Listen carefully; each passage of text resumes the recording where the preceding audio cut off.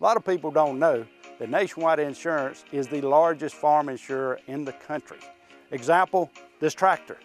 There's multiple ways to cover your equipment. It is replacement cost, actual cash value, insuring the GPS system on it. In addition to tractors, we also cover any implements that you would like to cover. Like this front end loader has a value added to your tractor or on its own. A lot of times, the only way we will insure a farm is if we come to your site.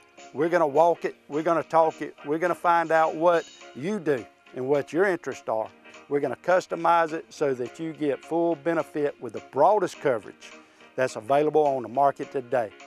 A lot of people find out at the time of a claim that they were not properly covered.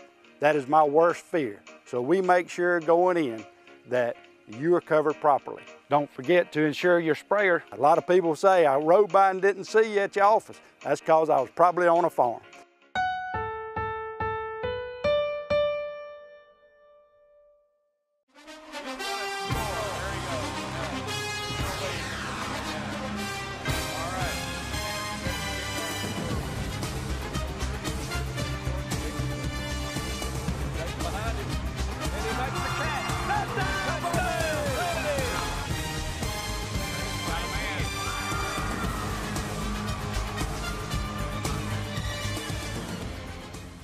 And we're live here at Cleveland Stadium for the Trinity Christian Crusaders and the Piedmont Cougars on the Channel 35 Game of the Week.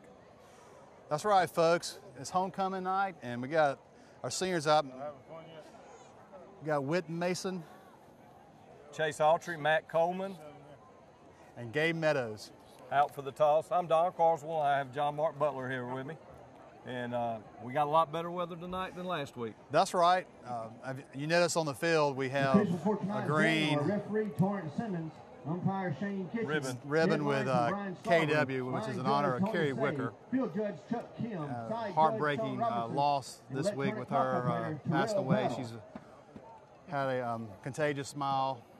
A lot of great things were said about her during the week, and we're just real sad for the Trinity family out here, for Thomas Wicker and Carrie Wicker. And Thomas is soldiering on. You can hear him in the background, and he's here working through this grief. We know it's tough. We're with the family. It's a big night here. It's homecoming tonight. So we've had the homecoming court presented, and they will name the homecoming queen at halftime. It's always a big night at Trinity here at the Cleve. That's right. We have a packed crowd, and everybody's excited. Looking forward to seeing a good ball game tonight. Last week, Trinity had a very high explosive offensive game. This week, we should see about the same, I think. Yeah, I feel like based off the records of the two teams, we're 3-1. Trinity is coming off a big 63-0 win against FPCA. And Piedmont has struggled to an 0-4 start. And it looks like Trinity's going to receive. The Crusaders will receive the kickoff tonight. Let's get on our feet. Well, tonight, folks, our seniors for homecoming will be Tyler Hester, number 1, number 2, Matt Coleman, number 11, Gabe Meadows, number 14, Whit Mason, number 17, Will Clardy, number 18, Keon Taylor, number 20, Jack Ferris, number 24, Christian Kite, number 25, William Gay, number 30, Griffin Hill, number 34, Chase Autry, and 66, Chris Young. That rounds out our seniors for homecoming night.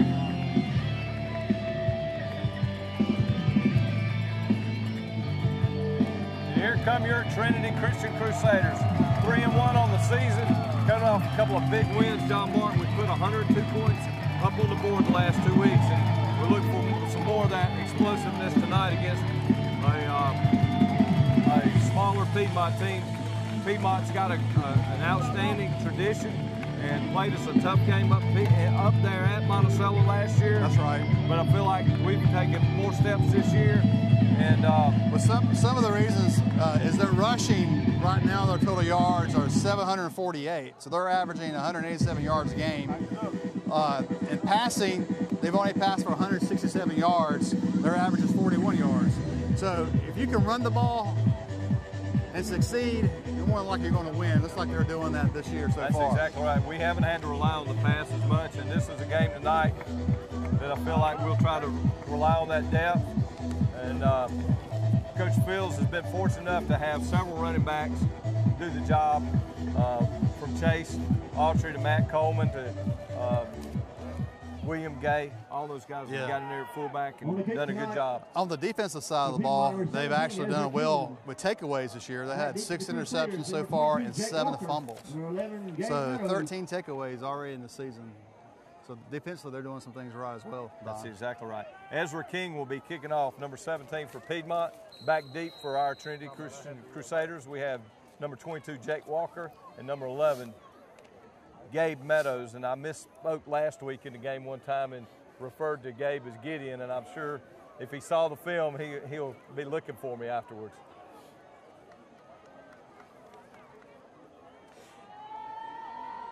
And we're underway. Jake Walker will take it at the 12. Got some good blocking there for got him. A good hole. He turns the corner. Hits a hole. Whoa. Hits a hole. Makes a break. Makes a great juke on the sideline. Yeah, we do have a flag back at 30. Looked like we might have had someone out there on the perimeter. We had them wrapped up outside the shoulders. Yeah, it looks like number 17 locked up with him and trying to get around him. And it's like, I don't know if he got locked up or something, but apparently the call is going to be on Clardy, number 17. Yeah. Well, those officials look for it, and you get those hands outside the shoulders, and he had him on the arms. He was wrestling with him good. That negates a long run back by Jake. They had the guys up front to make a good kickoff return. So that's going to put us our starting position at our own 23. If you remember last week, I don't know that we ever started on our side of the field last week. We went through a series against FPCA where 5 times in a row we started right at their 30-yard line. So I know the first drive we had last week, we had a little bit longer drive, and so we'll look for it here. Greg Roche is, not Greg, Grant Roche is over center. He's been doing a good job this year at the center position. We've got a tight formation out there with no one split out wide at this point. Yeah, I thought they were getting in a 5, but waiting on. Looks a little like confusion getting the right football out there. Just make sure it's inflated. Why'd they throw ours out? They're a little confused. They've got Irma on their mind, possibly. All right, looks like we're about to run a play now. And we got Matt Coleman at the deep back. And a quick handoff to Matt. Lee Daniel. Daniel. Number 2, Matt Coleman. Good penetration there by number 40 for Piedmont. That'd be Parker Clark. Yeah, Parker came right through the offensive line. Matt didn't have much of a chance there. No, he took off. Got to do a better job of blocking up front. Jack Ferris brings the play in. That was a pickup of 1 on that play, so that put us in a 2nd and 9. And we've got Jack Ferris split just a little bit wide and everyone else in a wing position. We come out with the possible on the option. A good read by 14 there, Tanner Locklear. Whit held on to the ball there. Mike could have pitched. That would have been we'd like to see the opportunity what would have happened to pitch it out wide and see if we could have got a few more yards. Pick up a 3 on the plate. I'll bring up 3rd down and 5. There was a lot of traffic in his face. That's probably one of the reasons why he wanted to be conservative with it. Well, when you're indecisive like that, it's best to hold on to it. Yeah, we're still somewhat deep in our territory, so we don't need to be flipping the ball out real quick. Got some good blocking, roll out. He's got a man open, got Jake Walker open. A nice pass on a little waggle play, and that'll get us out to the 40-yard line, and that'll be a 1st down. With the pass, complete to Jake Walker. If they've scouted us last couple of games, they know we want to run the ball, and they may be just they're piling up at the line, so we may end up having to balance it out a That's little bit right. tonight and throw it a little bit Yeah, more, John Mark. yeah, we can start off passing a little more and open it up and then start running down the throats. We'll take either or, right? That's exactly right. First down's the first down. But hey, you know, two Witt comes back up under center. Got William Gay at fullback. It's that speed sweep and a nice cutback by Gideon, by Gabe Meadows there. 9-yard pickup, almost a 10-yard pickup there on that little speed sweep. And the offensive line did a good job of staying on their blocks and gave them a little room. Good first down. Looks like it's close.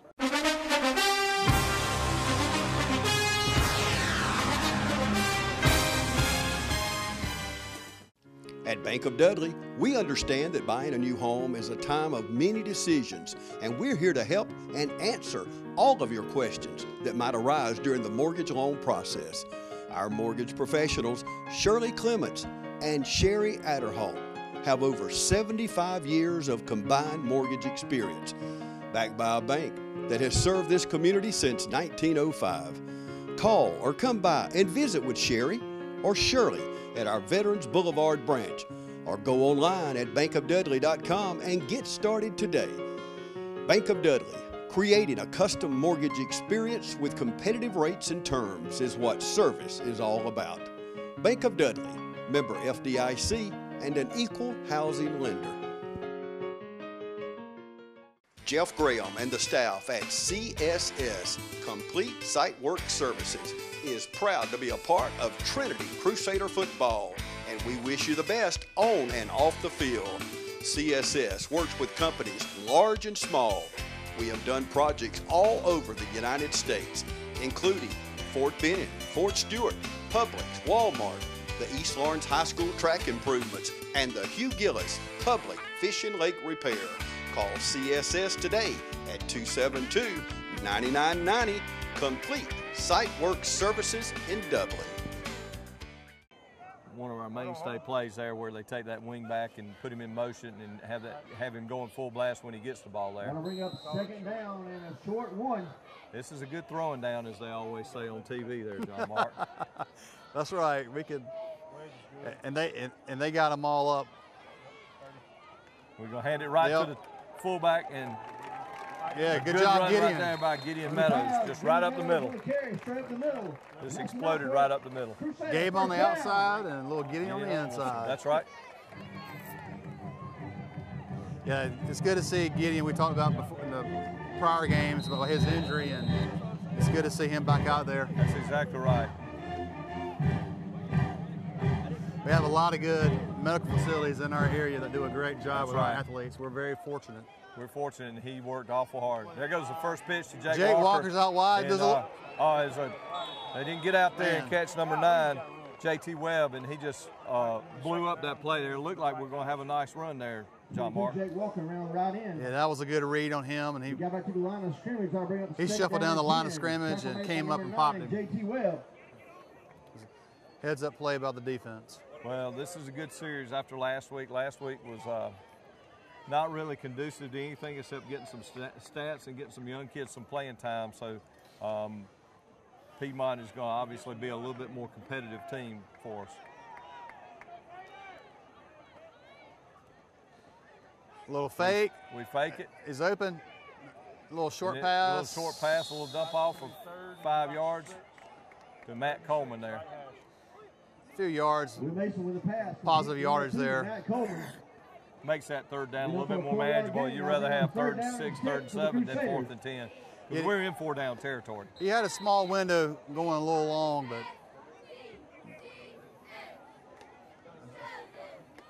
it's good to see Witt come out and get a couple completions.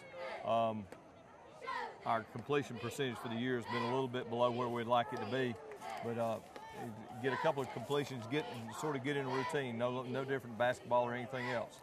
There's a little fake and a little holding, and he's got plenty of open field there.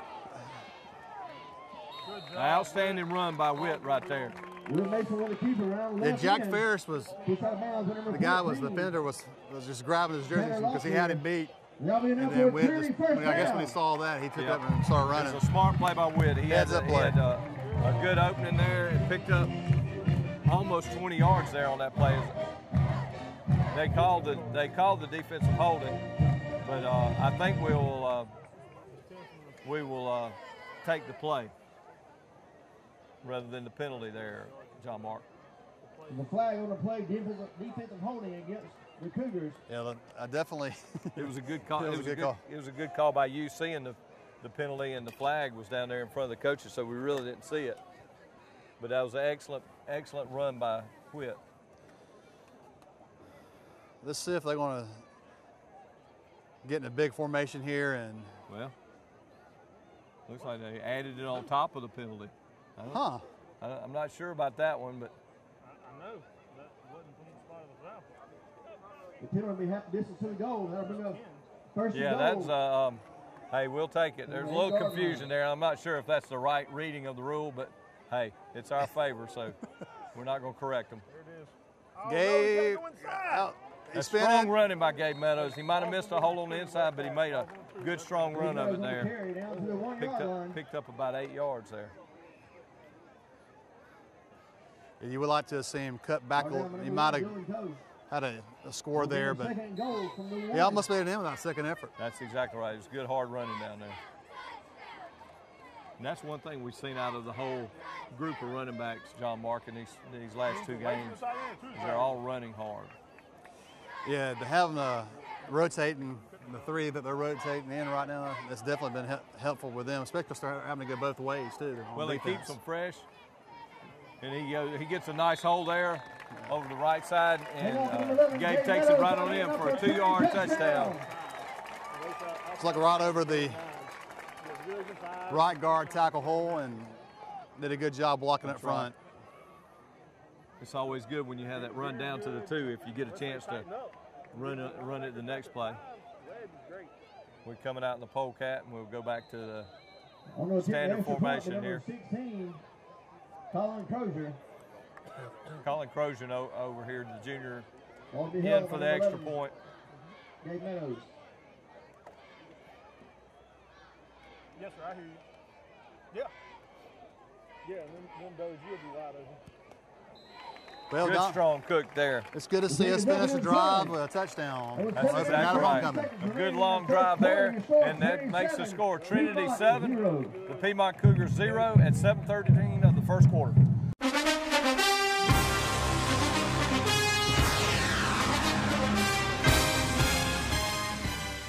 Hi, I'm Luke. And I'm Olivia. And we want to invite you to Bailey Custom Flooring. Come and check out our great selection of hardwood. We also have a great selection of carpets to choose from. And you'll love our great selection of ceramic tile. For all your floor covering, sales, and installation needs, count on Bailey Custom Flooring. And you can call us to make an appointment at 478-290-6084. We treat patients from general cardiology to interventional cardiology. I implant pacemakers, defibrillators, I do catheterization, stenting, I do every aspect of cardiology, including nuclear cardiology, but we're available. Most of the time you don't really need a referral. Most of the time you can call and we can usually work you in and see you and do the appropriate treatment. I have patients that come in and I frankly talk them out of any testing. I say, why would you want to waste $2,000 to $3,000 worth of tests when the yield are going to be nil to none, and it's very unlikely you have what you think you have. And that's being a professional, and I think most physicians should be professional, and that's essentially how I always gear my way of practicing. I don't have a mission statement, but my statement is go through life and touch people positively and make a difference in somebody else's life. And that's how I practice, and that's how I live. And we're back for the kickoff. With 7:13 left in the first quarter, Trinity just went down on a good, long, strong drive there, John Mark. So who are the key players for Piedmont that we're looking at on their offensive side? Number 22, Logan Connors, their quarterback. And number 34, Owen Brady, is one of the deep men. Colin Crozier has been doing a great job with his directional kicks. And he does another one here that wow, I almost got to it. Crusaders about 5 yards from where it hit. That's right. That was a good fielding. Owen Brady had to run up and get it. and it puts us in a good position defensively here and gives them a long field. So an excellent job. Keep an eye on number 71 for the Crusaders. Kalen Williams, last week, he was in the backfield all night long, so it'd be good to see how he does this week against this Piedmont offensive line. Piedmont comes out with 2 wide to the right-hand side of their formation, and they come out in the I formation, and they'll give it to the tailback. And a good, strong stop there. We were in like a 0 and a 7 or something. Yeah, it looks like they were loaded up more on the left side. And that's where they ran, on the left side. Right. Like we knew they were coming that way. Signal Will Clardy in on that tackle. Short gain on the play, they'll bring up the 2nd down and 9. It looks like they may rotate their running backs here. Number 34, Owen Brady, is back at the deep spot now. And they line up the other way, and the line just gets blown up there. Oh, Daniel Lindo is in there on that, as well as several other players. On the carry, brought down number 13, Daniel Lindo. That'll bring up 3rd and 10 for the Cougars. Yeah, 22 is 35. So far, so good. That's right. We can dominate the line of scrimmage like we did last week. We can make this another real good game for us from a defensive standpoint. That's the thing that gets lost when you win 63-0. Everyone talks about the points on offense, and they forget what the defense did. Yeah, you definitely want to come left, but hey, we're going to alert it in case they start firing. You got to pass. He's about to get from right. the backside. Big blitz from the backside. Clardy. Quarterback sack number 17, Will Clardy comes in there. You could see him running him down, and the quarterback just didn't have eyes in the back of his head. You sort of felt sorry for him. He was like, oh, is it going to kill him or crush him? But well, it's one of those things where everyone here, except for one guy, knew what was about to happen. Right. And so it was a deep, dark secret for him. And that'll put the 4th and 18 back at their own 10-yard line. We have Gabe Meadows and Jake Walker back deep. And the Piedmont coach calls a timeout here, a little bit of confusion on their coverage. And when you're putting from that deep, you want to be right on what you're doing. We'll take a break right here with 5:24 left in the first quarter. And just remember, did you know that natural gas is half the cost of electricity? Start saving today. Stay tuned after the game for our Players of the Game, brought to you by the City of Dublin Natural Gas.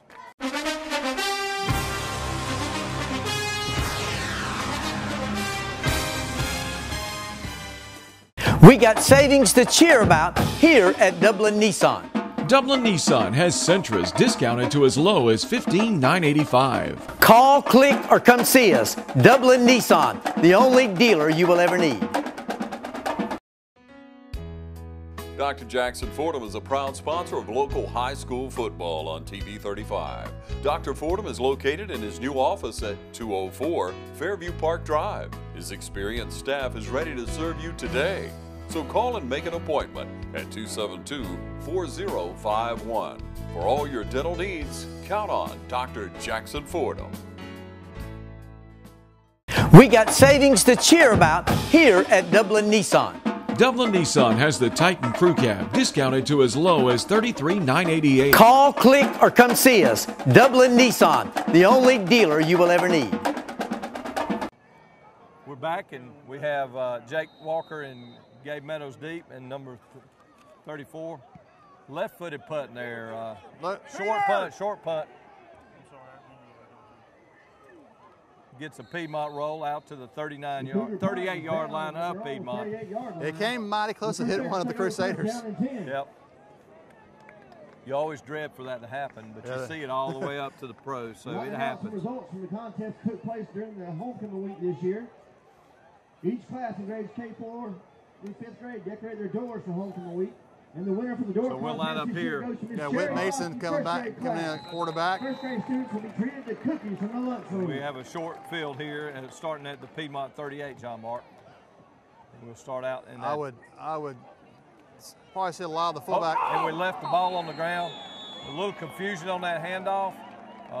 It looked like Gideon was running before he had it, and Whit didn't make sure it was in there. So I don't think you can blame it on one guy there. It looked like it was, they both got in a little bit of a hurry there and just didn't have some ball security. That's right. A lot of times the quarterback could get a little too close, or go too wide, or the running back vice versa. Right. Just get too wide out and get too close and causes a fumble. And that's one of the, I guess you could say, a negative of having rotating a lot of backs. Is sometimes that can happen, unfortunately. So Piedmont takes back over at the 40, and they come out and they give it to the fullback, and there's just nothing there.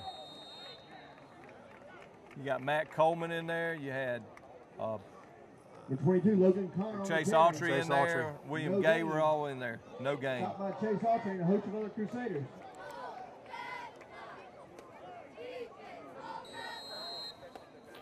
Yeah, the defense has been playing very well over the last.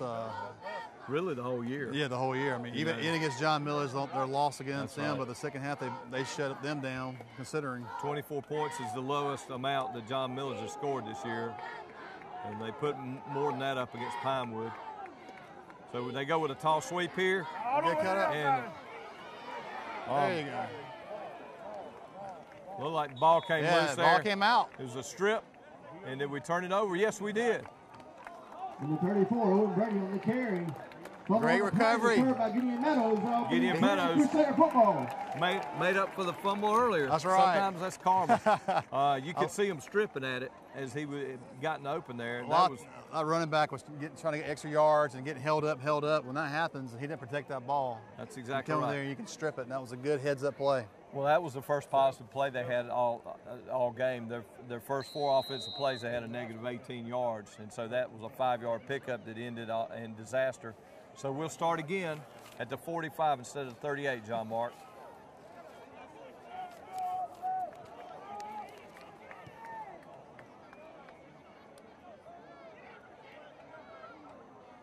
We go with that little speed sweep.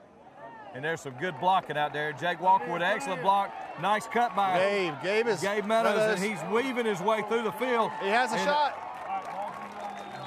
Great run by Gabe Meadows. He used his blockers perfectly there. Yeah, he sure did. He waited and made his cuts and kept on waiting, made another cut. I saw you run the ball and wait on your blockers for sure. Jake Walker was doing a great job of getting in the way. A lot of times that's what you need the receiver to do, not try to do too much. That's right. Just get in the way, and that's what happened there. And that ended up being a 34-yard gain for Gabe there. Yeah, you don't want to run out there too quick and get ahead, and the guy can get between you and the runner. There's a straight handoff to William Gay. He runs into one guy, bounces off, and runs right in for a 10-yard touchdown right there. There's a big opening there, and he did make the break back to his right. Yes, he did. That's Trinity's bread and butter right there. If they can't stop that play, they're going to have a long night. That's exactly right. So we come out again in the polecat. And it looks like we may run some trickeration here, John Mark.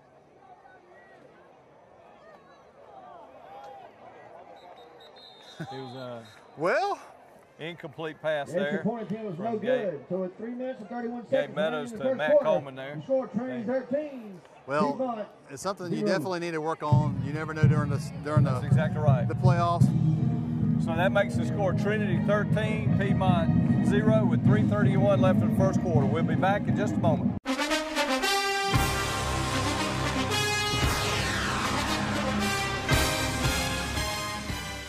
When it's time to buy or sell your home, it's time to put the winning team at Century 21 to work for you. And our team includes Jody Tanner, Jim Jarrett, Pam Tillery, David Deeves, Beverly Forbes, Ann Adams, Raina Dubberly, Benny Helton, Charlene Brantley, Ruth Watson, Jay Brantley, Charlene Lamp, Yvonne Robertson, Karen Widmer, and broker George Durden.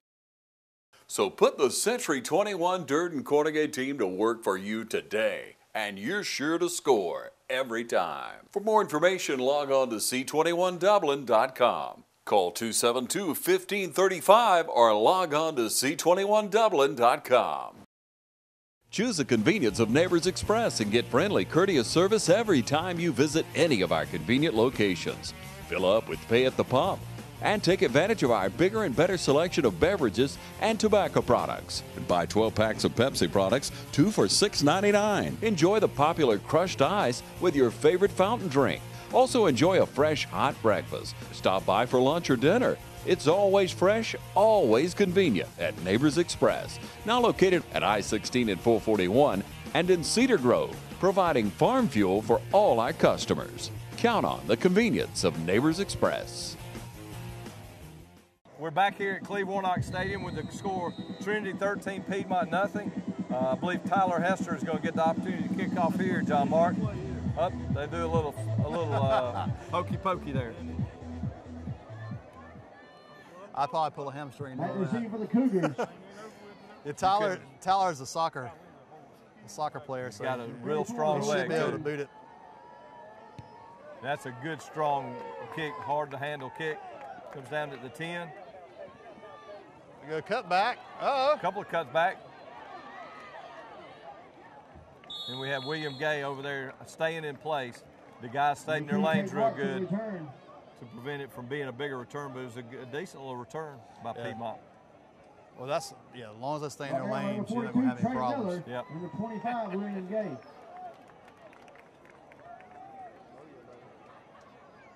So Piedmont will come out for the third series now. Yeah, I don't know how many yards they've gotten on offense. But negative 13. They had negative negative 13. 18. It's been easy to keep up with tonight, unfortunately, and that's not detriment against them, but it's been great play by our defense so far. That front line has controlled the line of scrimmage.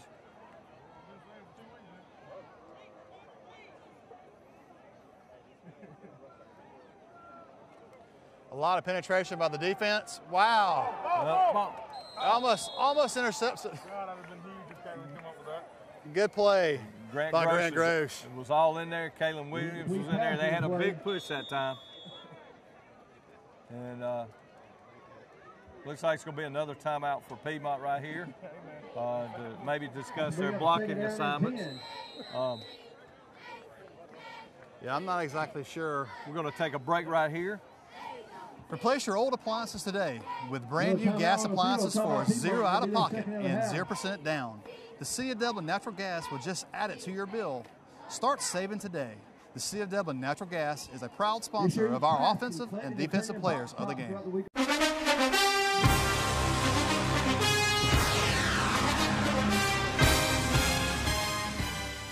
Hey, are you searching for a great used car, truck, van, or SUV? Head on over to Dublin Auto Sales, where the selection and value are sure to fit your budget. See Wayne Kemp, Bill Topping, Alan Fields, TJ DeRochi, or Freddie Cook today.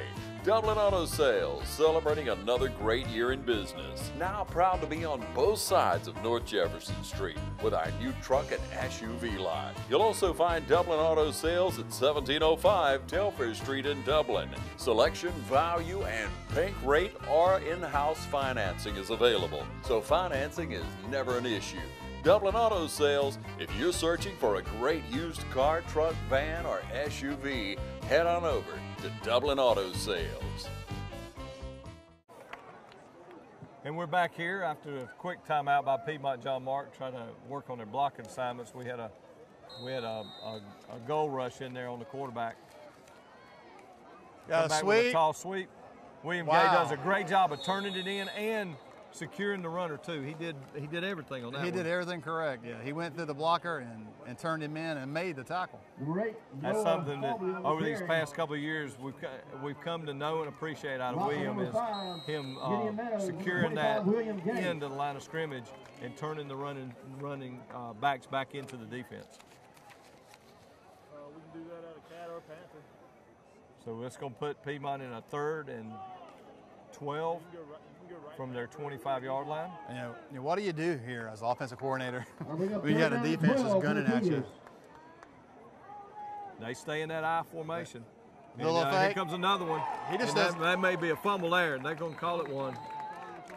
Looks like it's Will Clardy calls the fumble. I mean, it looked like, is that Grant Gross that picked it up? Yes. In 2 seconds, he's getting hit. That's right. Will Clardy came free, and Quarterback hit. And had the sack. Recovered by the Crusaders. And Grant Gross recovered it, but there were several players back in there, John. Yes, there were. That's.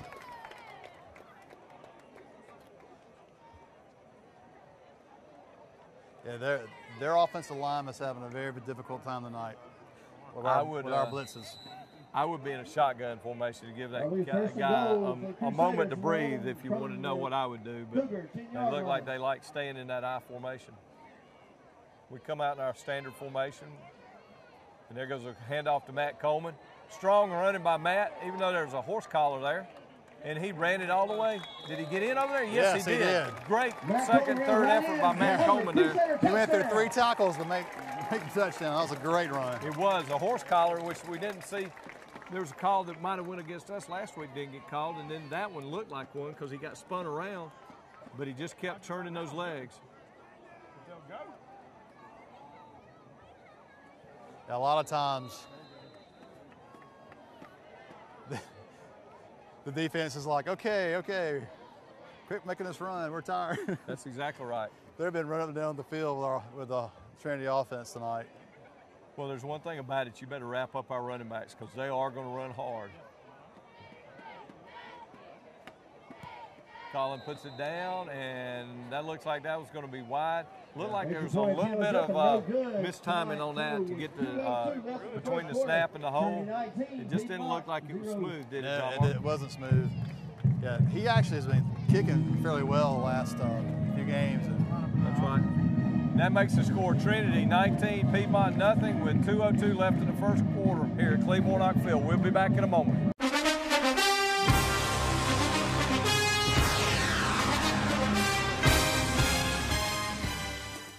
Allen's Heating and Air is your licensed Amana equipment dealer. Trust Allen's Heating and Air to install and service your heating and air conditioning unit. Allen services all brands. With the purchase of a new Amana unit, you'll get a lifetime warranty on the compressor.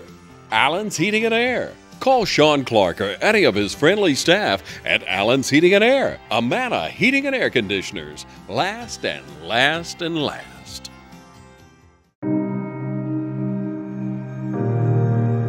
So I'm Will, and this is my wife, Babs, and I grew up in Dublin. And Babs and I met at the University of Georgia when we were in college. After dating a while, we got married, moved off to North Carolina for seminary, and then towards the end of seminary, we got a call from First Baptist, and there was opening for a youth ministry position. We had found a house before we moved down to Dublin. The day we were supposed to move to Dublin, we found out that that house wasn't going to work out. So we called up Susan and the team and just asked, where do we begin? Where do we start? You know, what do we need to do to make this move forward? They were very patient with us and trying to find, with our new salaries, a house and working with us to get those numbers correct so that we could purchase the house that we're in now. So they helped us not only once, but twice through the whole process. So. We had questions and we didn't know really who to ask, and so we really just directed all of them to Morris Bank, and we would ask Susan or we would speak with one of her teammates, and whether it was something that they were supposed to know or answer, they usually always helped or would find the answer for us. And so it really just made the process, you know, very easy and reassured us that they knew what they were doing even though we had no idea what we were doing, and that it was just a very smooth process.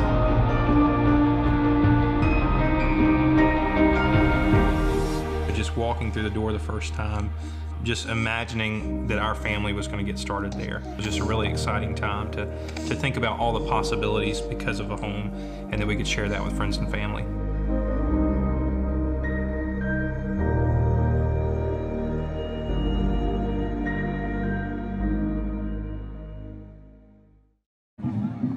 We're back here at Cleve Warnock Stadium, and Trinity will be lining up for the kickoff. We got Colin Crozier back in to do the kickoff. It's Trinity 19, Piedmont nothing. Yeah, the only thing I think we done wrong, that's not going our way, is we're going for 2 and we missed the extra point. Beyond that, everything's been smooth sailing for the Crusaders. That's exactly right.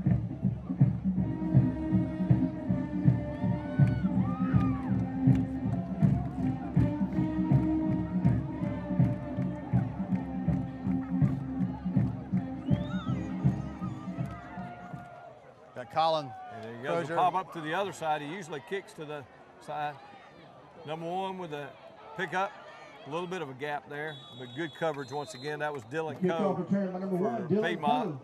It was a short return, but Piedmont does have good field position here at the 31-yard line, John Mark. A lot better than the last few The Cougars will take over offensive first down and plays. 10 from their own 31-yard line. It's curious, like I said, to see what they do. I mean, we are teeing off on the quarterback. He has no time to throw. That's right. And it looks like they're going to come back out in that I formation. Now, they've had some guys who are pretty shifty, I've noticed, getting out and making some good cuts. Yeah. But there goes, he's just buried at the line of scrimmage and set up, teed up for Chase Autry. Yeah, Chase Autry, they held him up a little, and he didn't get down quick enough. It was like he hit him with the driver there. I mean, it was a clean hit. Yeah. It was a clean hit, obviously, but it was a painful hit. Yeah, There's not a lot of room in the middle of that line right now. I know you watch them in practice. You know, they do teach them how to hit and how to hit correctly so you don't have injuries. But sometimes when you're a running back, you got to know when to get down if you can. Yeah. Or at least flinch.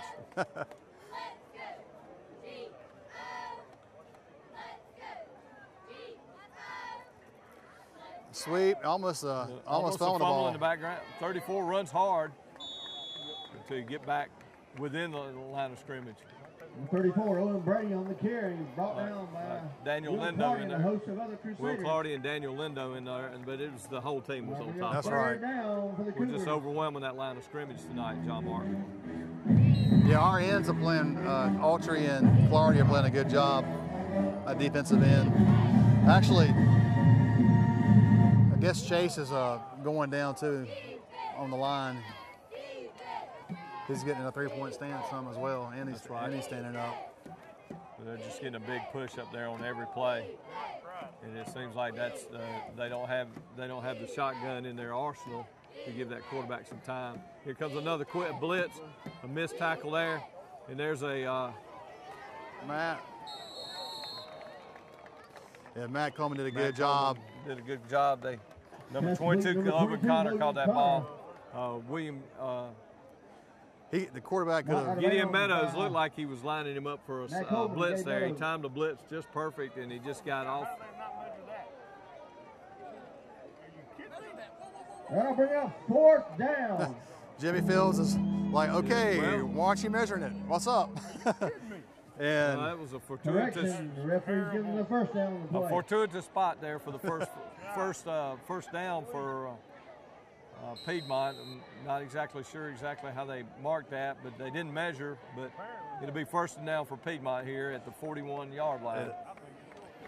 That was surprisingly. I can't. That's what you got the daggum change for. Yeah. Why do you have the change? Is what I was thinking.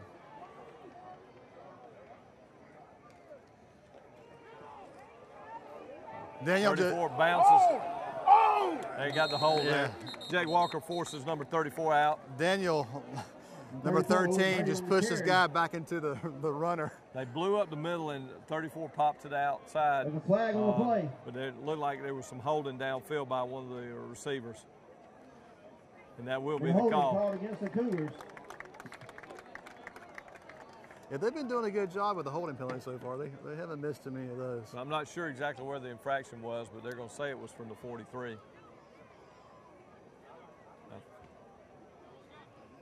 That'll back them up 10 yards and bring up. That'll put them in a 1st and 18.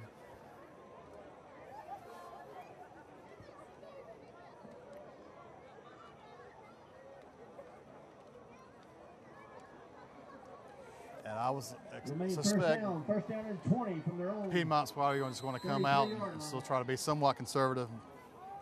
I don't see them trying to lighten it up here. No, we're just going to keep our push on the line. And the handoff number 8, and looked like it was William Gay again closing down. William Gay closing down from the end again, John Mark. Maybe a gain of a yard. That's defense is definitely putting up the wall right now. That's right. And that'll end the first quarter of play with Trinity leading 19-0 against Piedmont here at Cleveland Stadium.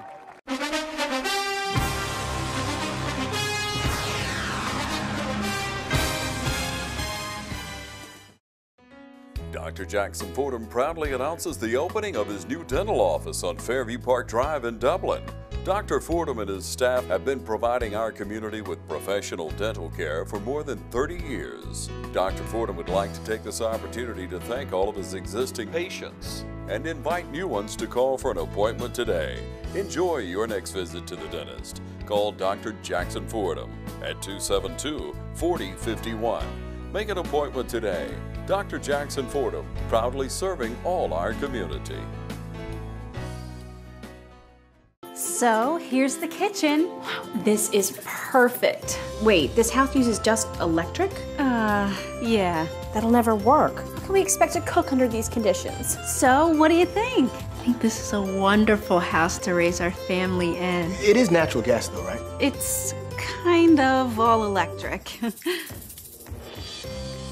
Natural gas sells homes, so choose natural gas. Brought to you by the City of Dublin. We're back here at Cleveland Stadium for the start of the second quarter with the score Trinity Christian 19 and Piedmont nothing.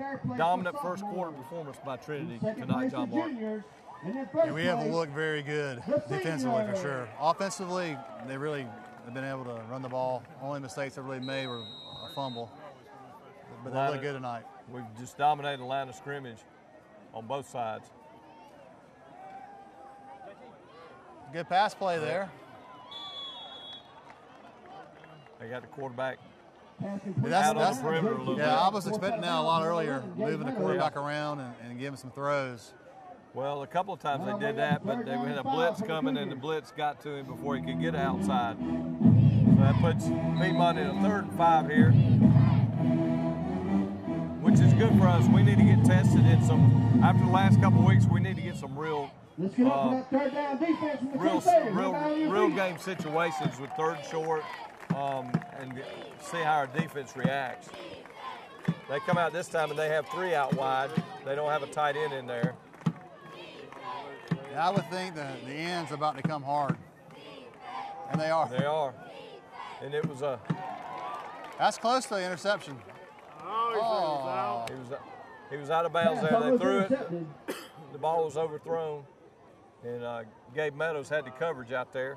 That was a good read by Gabe. It just needed to be about 6'8". Yeah. Probably would have drug it in there. That's right. He was trying to juggle it and get in there. Looks like they are going to come out and punt here. I think there might have been some thought of trying to go for it. When you're down 19-0, you got to do something to sort of change the momentum.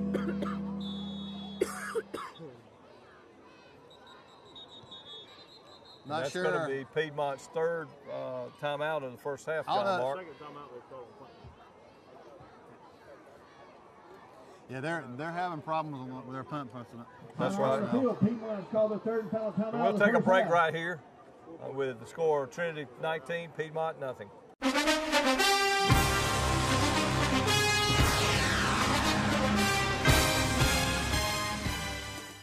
Dublin Tire Company, serving Lawrence County since 1955. At Dublin Tire Company, we are proud to provide roadside service 24 hours a day, 7 days a week. We have full service truck repairs. There's no truck too large or too small.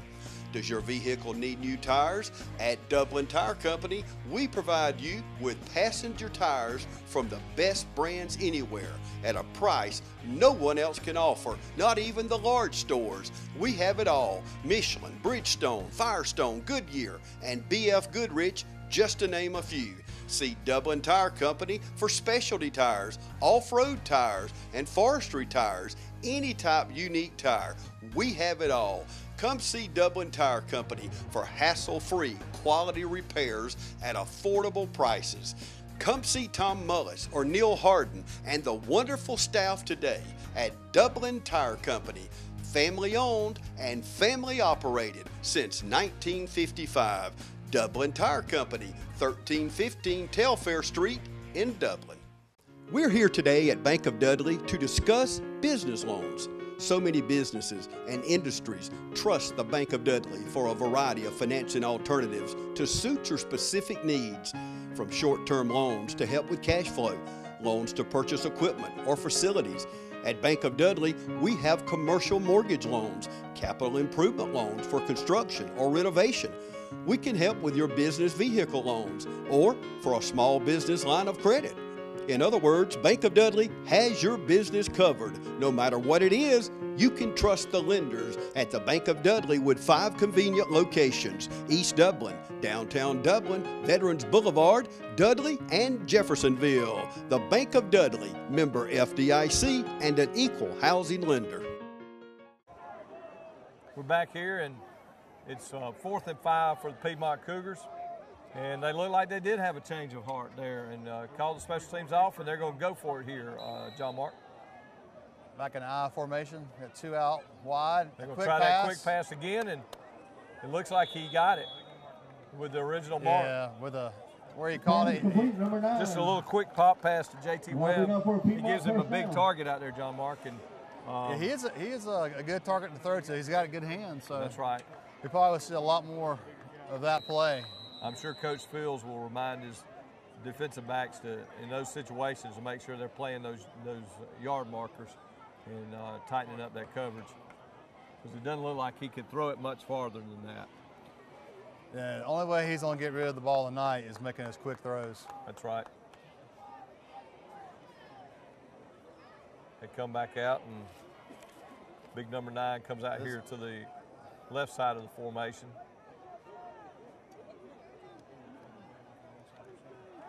They come with a quick blitz, and yeah, we got. If they're going to play man-to-man, they need to get up there on them and jam them off the line of scrimmage. That will help with that quick pass there. That's right. 11 will scoot up. 9's not going out running. Yeah.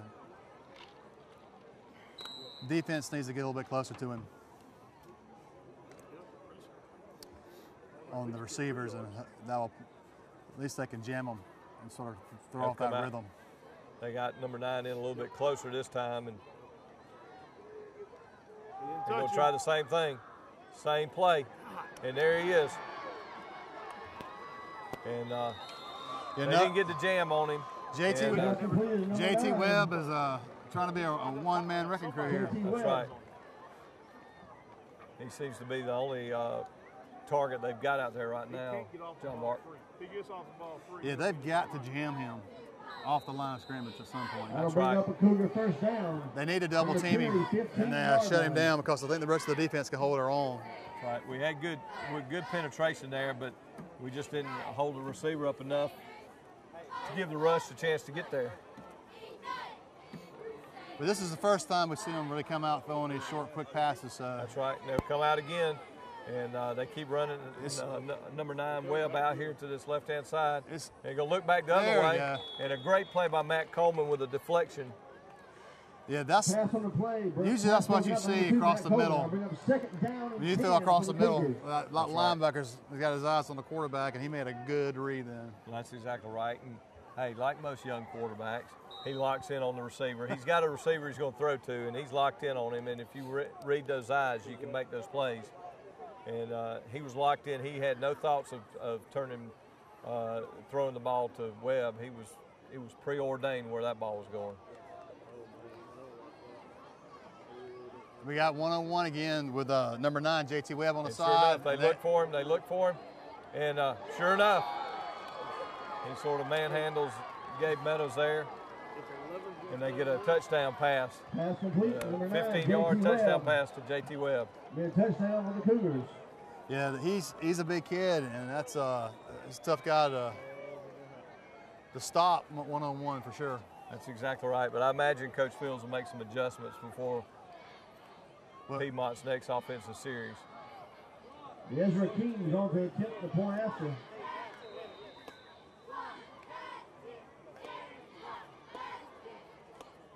A big push there and a block. Why is he holding his hands? Why is he holding his hands, not putting his arms out? So a 10-point lead remaining in the second quarter. Big push there. That's going to make the score here. Trinity 19, Piedmont 6. Did you know that natural gas is half the cost of electricity? Start saving today. Stay tuned after the game for our Players of the Game, brought to you by the City of Dublin Natural Gas.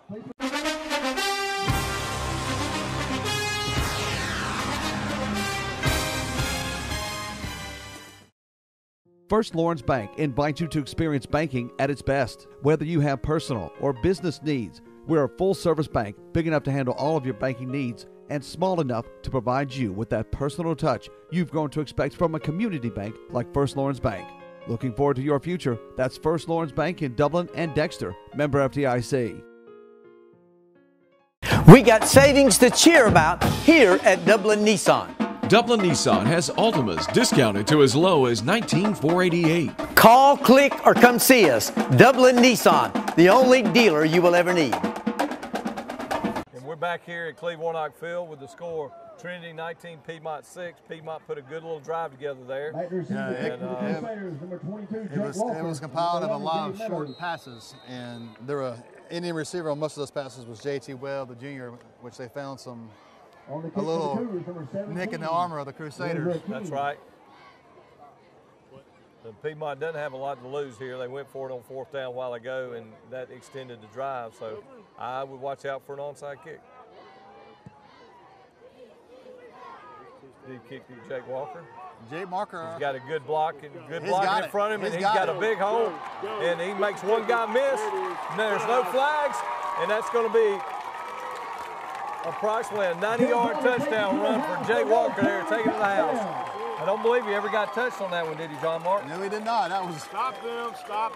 That was a good execution by the kickoff return team. They had a good bubble there for him to run through. That's right. That wall was compact in the middle, and they spread out, and Jake hit it right, just like last year against Thomas Jefferson. And so many other times on runs and punt returns, he knows how to hit the hole, and he wasn't getting caught. Well, executed play. But what the defensive coordinator wants to see here now on this next series is a 3 and out. Yes, sir, and a little bit of adjustment to take that throw away, because it looks like that's the only thing they have. Yeah. We come out in a standard formation here, trying to get some of these points back for those 2 missed kicks. Witt's up under the center, and Gideon Meadows is at fullback. Right off. And we give it to Gideon Meadows, and they just push right through, and he picks up the 2-point conversion. Get us back to a 3-touchdown lead there, John Mark. Good call by Coach Fields right there. And that'll make the score Trinity 27 and Piedmont 6.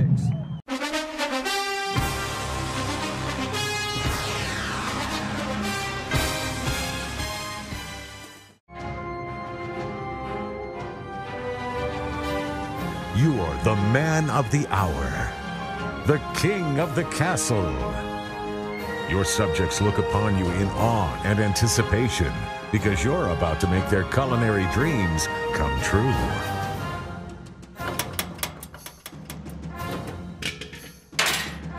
Guess you should have had natural gas. Brought to you by the City of Dublin. We're back here at Cleve Warnock Stadium, Cleve Warnock Field at Trinity, with the Trinity Christian Crusaders leading the Piedmont Cougars 27-6. We're rotating kickoffs here, getting a lot of practice, which is good. So Tyler Hester's out there to kick this one off. Last one he had a good line drive kick. This one's up the middle. Another good kick to the 15. And number 34 hits a hole, but he did not run real aggressively, and William Gay had the tackle. There's a flag at the backside. So not sure what that was, if it was holding. Yeah, I didn't see the flag.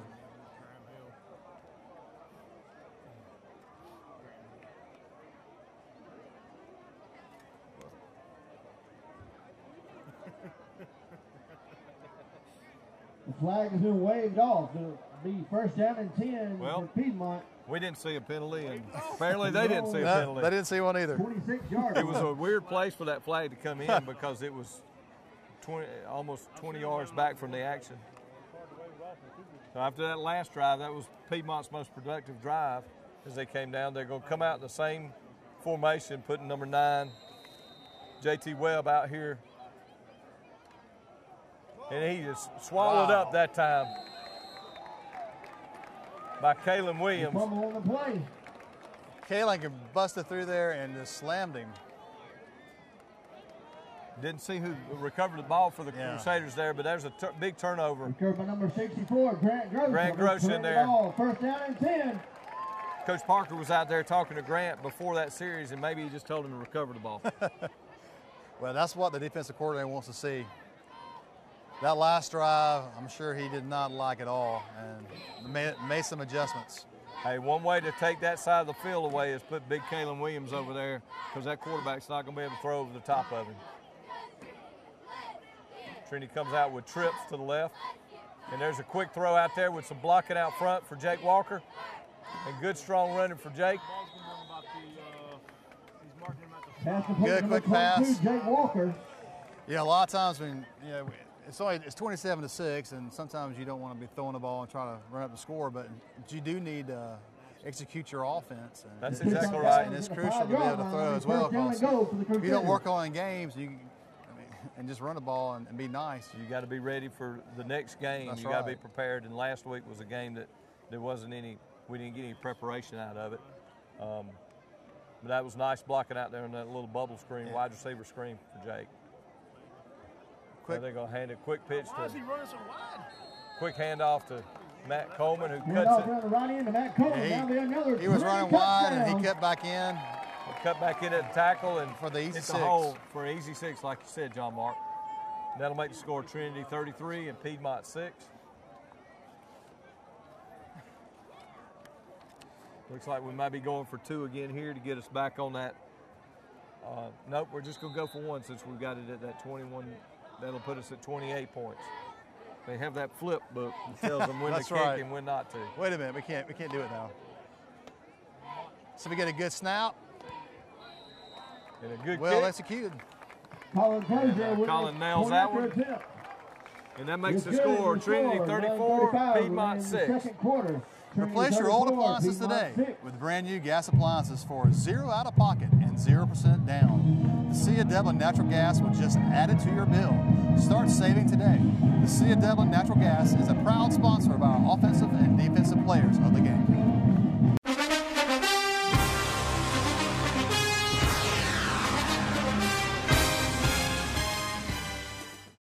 To so many of you who count on us for your prescription medication needs, I'd like to thank you for your years of trust.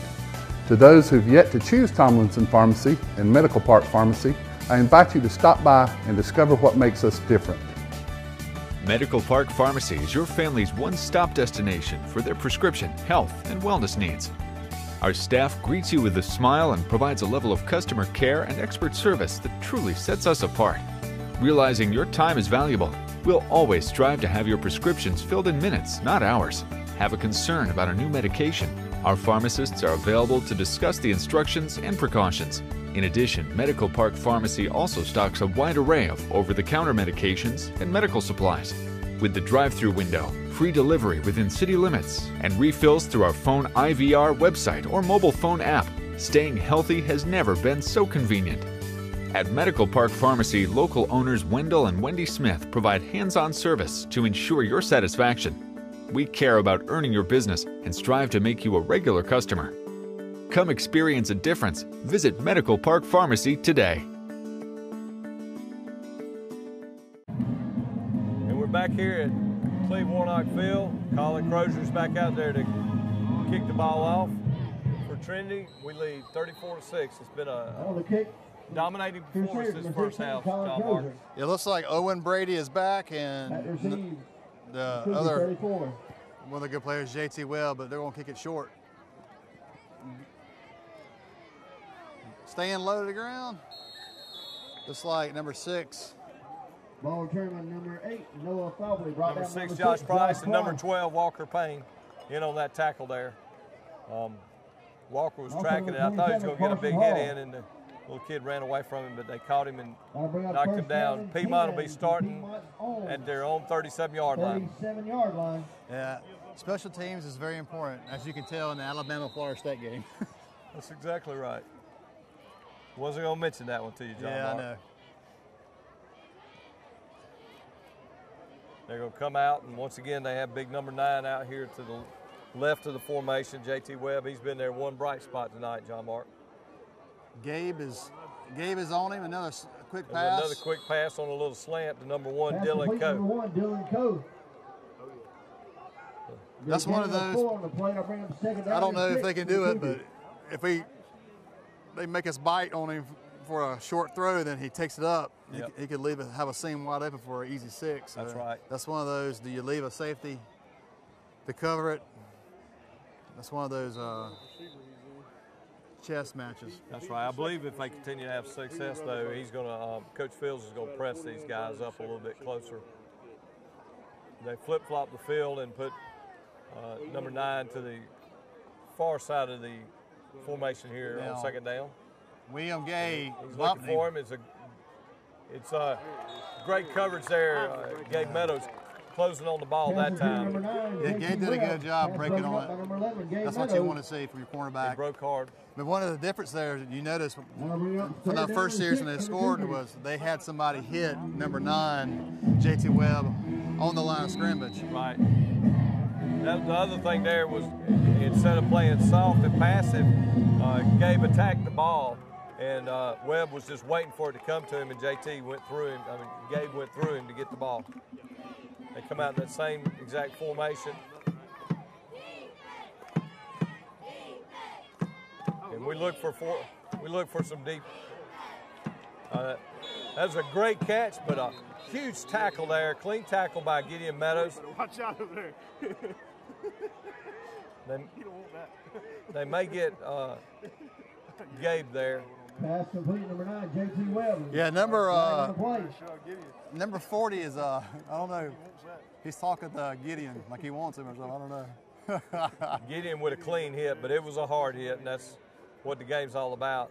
They may call, I'm not sure what the call is, though. There, it looked like Gabe went through the receiver that time. He was aggressive again, but he got a little bit too much of the receiver before the ball got there. And Webb made a good catch on it and turned upfield, and it was at that point that Gideon came over and laid the hammer to him. So that'll give the Cougars a first down. And Coach Fields will call his first time out of the game. Be a timeout called on the field. Has this guy got the clicker? Called by the Crusaders. We'll take a break right here with the Trinity Crusaders leading 34, Piedmont 6.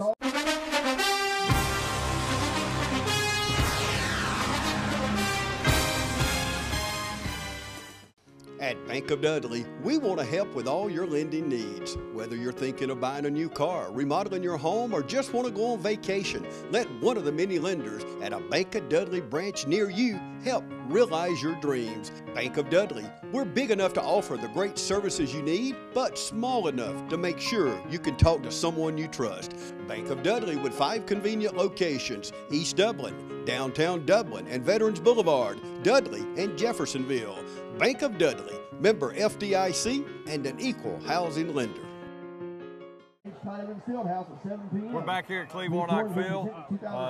Trinity just took their first time out. I think Coach Fields is trying to get his team a little focused, and there's a little bit of heat over there after that play, and might want to get them back focused on the game here. And that was probably a good time to do that timeout. You don't want to get the kid get ejected. They do have a tough game too next week at Piedmont. They have to go to Briarwood. I'm sorry, next at week. Briarwood Yeah. and Warrington. Another quick pass. He tries to scramble out of there. Kalen Williams got him from behind.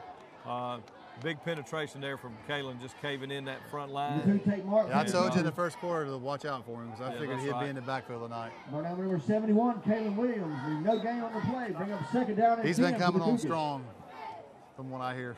That's exactly right. And C in the last few games. So that'll put them in a 2nd and 10 here at the Trinity 44. Good field position for the Cougars.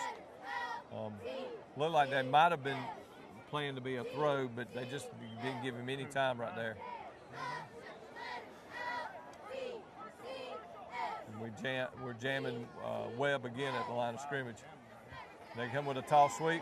Wow. Good job by Will Clardy to close it in. Just closes in. Turn it back in. Matt Coleman and Grant Gross come over there to help out on that. It's an excellent play by the defense. Yeah, I was watching the two up front, Keon and Taylor and Matt Coleman and Grant Gross. Kenley Williams in that series, and they just blew right through. So that quarterback, if he's going to do something, he's got to do it quick.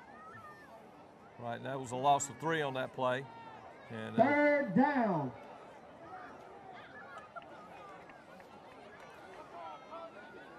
Third and long again. We should be expecting to pass. That quick pass won't be there. As you can see, they're jamming the JT Webb, number 9. Makes it a little quick move, but there's no time there. Great penetration. Not sure exactly what that call was. What was the call? They say it was a personal foul, but I didn't really see that Will did anything there that would have constituted a penalty. I'm not real sure how. It looked like he held up, didn't hit the guy. So just a little bit of confusion on the call there for the ref. What? I don't know. That was a personal foul called against Crusaders. You know, sometimes I think they feel like something's going to happen, and they get ahead of themselves.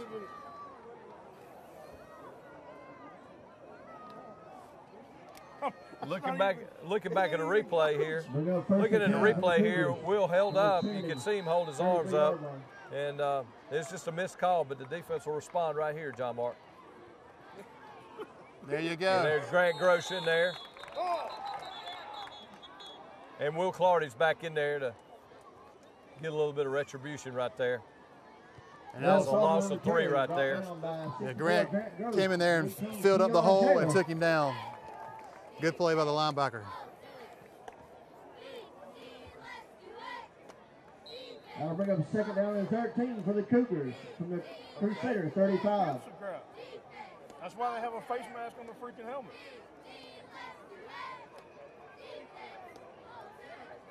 Nowhere does it say we can't hit him in the face. You see, we got them double team on the receiver. Big rush again. There it is. There's no chance right there.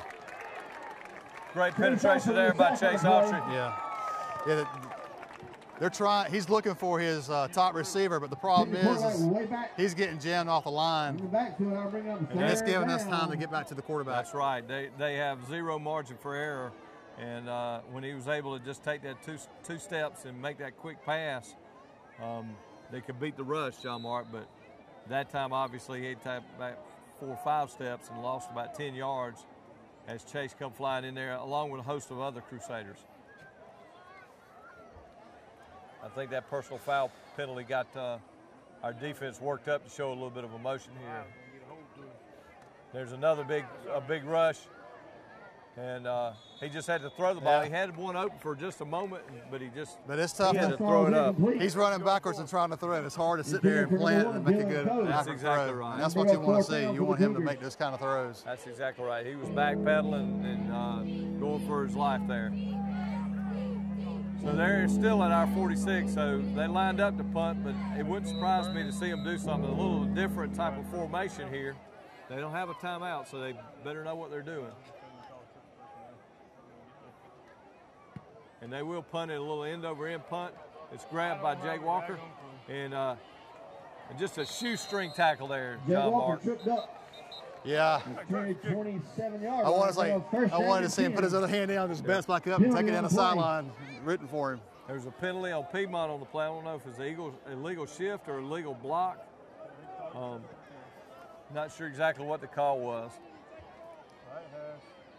But it looks like Coach Fields is going to decline the penalty and take the ball at the 29-yard line.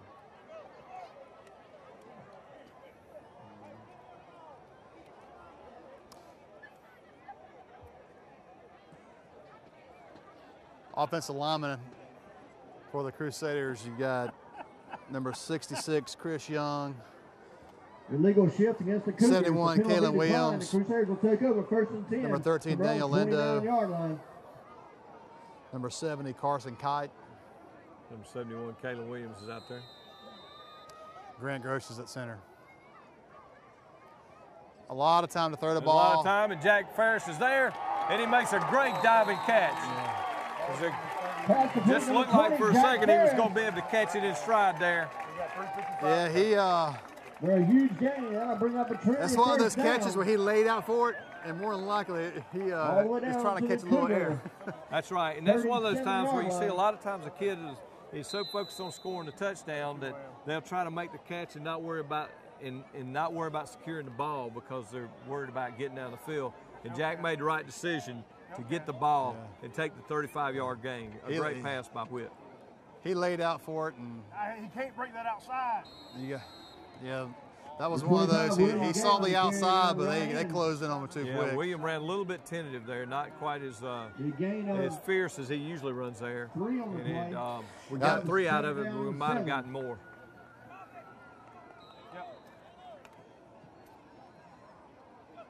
Brett Bush with the tackle.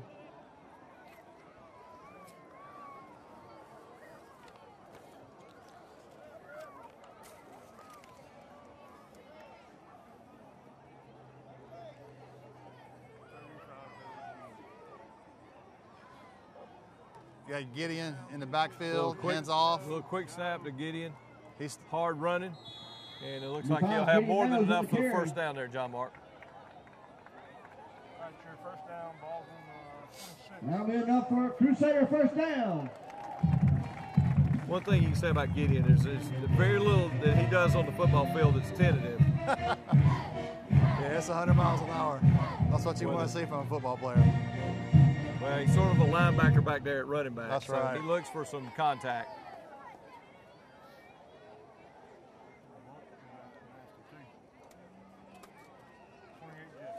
All right. Come back out in that same tight formation. So the Crusaders will probably continue to run the ball. There goes the speed sweep to Jack should. Walker. They got a good big block. blocking out in front. Great block downfield by by Gabe Meadows, and strong running again by Jake down to the 3-yard line. Carry around right in, all the way down to the 3-yard line. Yeah, that jet sweep has been open a lot tonight. I think they've ran it at least 4 times I can remember where they picked up at least 15 yards on it. That's exactly right, and the key to those longer runs, John Mark, is that downfield blocking, and those guys have sold out on making those blocks. And that was great blocking there by Gabe Meadows. Kept his hands inside so he didn't get called for a hold. The main thing is the Lions give them time to make that adjustment, the sweep. And Will Mason's going to keep it there and go in off the right side for an easy touchdown run. Yeah, they bought the inside fake, and he just kept it and walked right on in. It's not what we call it. Well, he ran 32 here.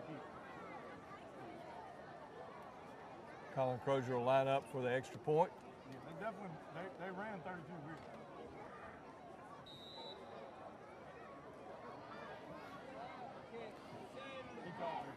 Parent touchdown on the play.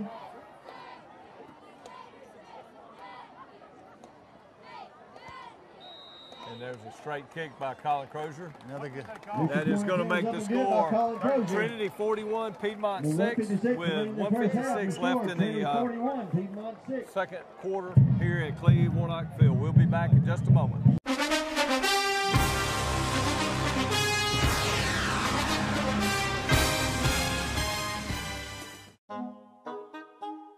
What if there was a paint that had the power to awaken something old, or painfully dated, or something you simply thought was lost forever, because it could form a strong bond regardless of age? If a paint could give any time-worn surface stunning new life, you have to wonder, is it still paint? Regal Select Exterior from Benjamin Moore. Quality products and installation since 1985. That's 4 Seasons. We're back here at Cleve Warnock Field with a dominant first half by the Trinity Crusaders. Tyler Hester's lined up for the kickoff. We've been fortunate enough to be able to rotate between Tyler and Colin tonight, John Mark, and our kickoff team has got a lot of work the last 3 weeks. Yes, they have. They have been, instead of airing it out, they've been legging it out. That's right. He's got a seam. He's got a seam. He got a gap there. Whoa. Number 2, Tate Marks on the return. All the way back to the Cougars. It looked like it might have been Tyler Hester. Piedmont crowd is hollering for a flag on that one. Well, we've had a couple of those, one for each side that looked like it might have been a horse collar, but neither time was it called. So I think we'd like to welcome all of our goal what's good for the goose is good for the gander. Generous support through redirecting state tax dollars to benefit Trinity Christian School. For instance of being a gold donor like so many already are, please contact Mr. Evan Weingarten. So Piedmont will be starting with good field position here, John Mark, at their own 46. But a little confusion over the ball again. Yeah. It looks like maybe they did throw a flag. I think I see a flag on the ground over there by the marker. There's a penalty on that play. Yeah, okay. Well, they called it this time. Horse collar. It's got to be the horse collar. And it's a good call. I just wish they would call it every time. I mean, they missed it earlier. We had a guy get slung around by his, but it's okay. He did score a touchdown though. He did. He did. That'll give Piedmont excellent starting field position at our 39. Yeah, I think I'd rather be up here calling the game than have a referee a football game. That's the tough thing to do. It's got to be tough. I don't want to wear stripes. Hand off in the middle. Hand off. A little harder. It's a great penetration. Chase Autry and Grant Grosh make the play. Will Clardy really made the play and pushed it back inside, just didn't make the tackle. Tackle made by number 64, Grant Grosh. Going to give him 1 yard on the play. That'll bring up 1 yard on that. For the Cougars. I could have sworn we had him tied up behind the line of scrimmage there. I guess it's forward progress is what got him up there. Yeah. But they did take him back about 4 yards. All right, 55. Come on, let's go. They come out with that same play, set up, and there's a fumble. And it looks like the quarterback might have got back on it there. Fumble on the snap, recovered by number 2, Tate Marks. Yeah, we're jamming him. He's feeling there. That'll bring up a 3rd down for the Cougars. Miscue there's number 2, Tate Marks, is a young sophomore. They've got a young team out there, John Mark. And Piedmont has had success in the past. This year's been a little bit of a struggle for them, though. And now they got to fight the clock because they've used all their timeouts, and we're winding down the first half, using a lot of clock there. Yeah, they only have 4 seniors this year on the team, and there goes the lob. And great break up there by Gabe Meadows. For number 9, he timed that just right. Ball falls incomplete. Yeah, he threw in triple man coverage. It was. It looked like a jump ball there, and I think number 2 threw it about as far as he could throw it.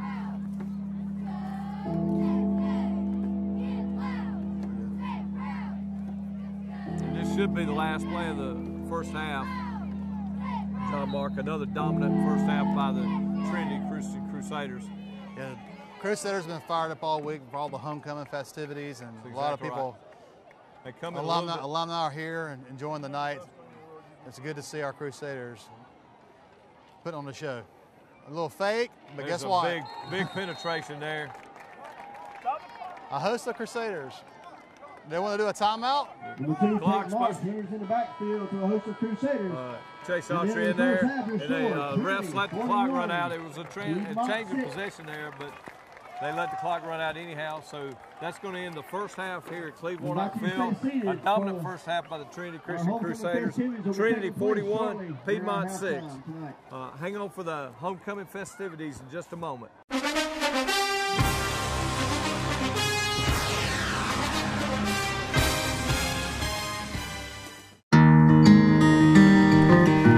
Every morning, you're up at dawn to take care of the land you love. So are we. That's why Kubota dealers are the best at understanding what you need and sending you home with the perfect machine for the job. We know more than equipment. We know you. Freeman's Lawn and Garden. Call us at 272-2198. John Mark Butler is your State Farm agent in Dublin for auto, home, property, and life insurance. Drop by today and talk with one of our dedicated members of your State Farm team at John Mark Butler, 1518 Bellevue Road here in Dublin. Join the winning State Farm team today at John Mark Butler State Farm Insurance. Representing the freshman class, Miss Leah Foskey and Mr. Ben Butler. Leah is the daughter of Robbie and Priscilla Foskey. She has attended Trinity since K-5. She has participated in cheerleading and competition cheer. She is a member of the Beta Club and is on the honor roll. In 2016, she was a member of the first place Junior Beta Convention Special Talent winner, and their team placed 4th in the National Beta Special Talent Division in Orlando, Florida. Aside from school, Leah has been a member of the Fancy Dancer Dance Company for 11 years. She is a member of the Eastside Baptist Church, where she is active in her youth group and helps with the children's ministry. Leah is escorted tonight by Mr. Ben Butler. Ben is the son of John Mark and Tina Butler. He has attended Trinity since K-4. He has participated in baseball, basketball, football, tennis, and track. In middle school, Ben received the Coaches Award in basketball, the High Point Award in track and field, and the Crusader Award in football. Aside from sports, Ben is a member of the Beta Club, and he maintains a high honor roll and continues to have perfect attendance. He is a member of First Baptist Church, where he is active in the youth group. Ladies and gentlemen, Miss Leah Foskey and Mr. Ben Butler. Also representing the freshman class tonight is Miss Emma Kate Williams and Mr. Corbin Gay. Emma Kate is the daughter of John and Catherine Williams. She has attended Trinity since K-4. She has participated in cheerleading, cross country, soccer, and track. Emma Kate has been the treasurer of the Junior Beta Club for 3 years. Last year, she achieved the highest overall average in 8th grade, competing in the Beta Club in the Special Talents Division, where she and 3 others won state competition and placed 4th at the National Beta Convention. Aside from sports, Emma Kate is a member of the Fancy Dancer Company, where she takes classes in 7 different genres, assists teachers with younger dancers, and is also part of the traveling dance competition team. She is a member of the Christ Chapel Church in Dublin, where she is active in her youth group and helps with the preschool class. She is escorted tonight by Mr. Corbin Gay. Corbin is the son of Tracy and Delynn Gay.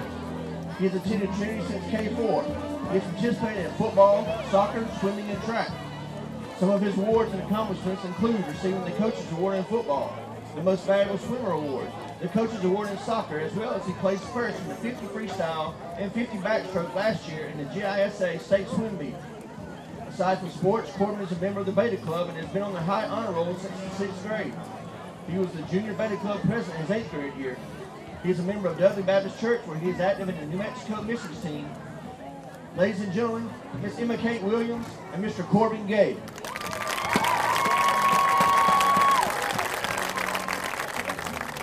Now representing the sophomore class, Miss Katie Adcock and Mr. David Coleman. Katie is the daughter of Matthew and Tanya Adcock. She has attended Trinity since K-5. She has participated in cheerleading and competition cheerleading. Aside from sports, Katie is a member of the Beta Club, literary, and is on the high honor roll. Last year, she had the 2nd highest yearly average. Aside from school, Katie participates in the Nightingales, and she attends Pine Forest United Methodist Church. She's escorted tonight by Mr. David Coleman. He is the son of Charles and Debbie Coleman. He has attended Trinity since K-5. David participates in baseball, basketball, and football. He's a member of the Beta Club and has maintained high honor roll. He is a member of the Olivet Baptist Church, where he participates in the youth group. Ladies and gentlemen, Miss Katie Adcock and Mr. David Coleman.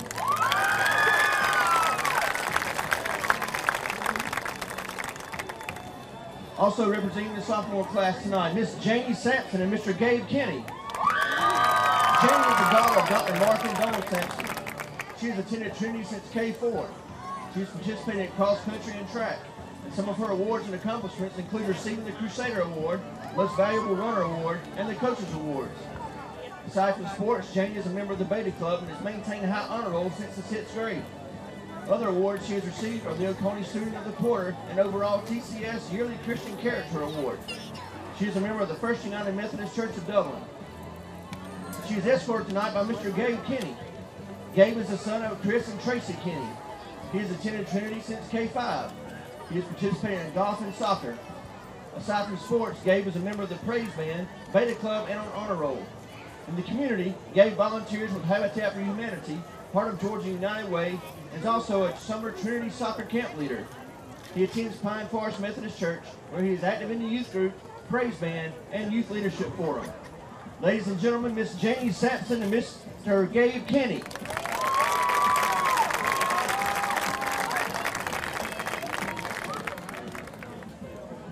Representing the junior class tonight, Miss Kate Canada and Mr. Evan Hill.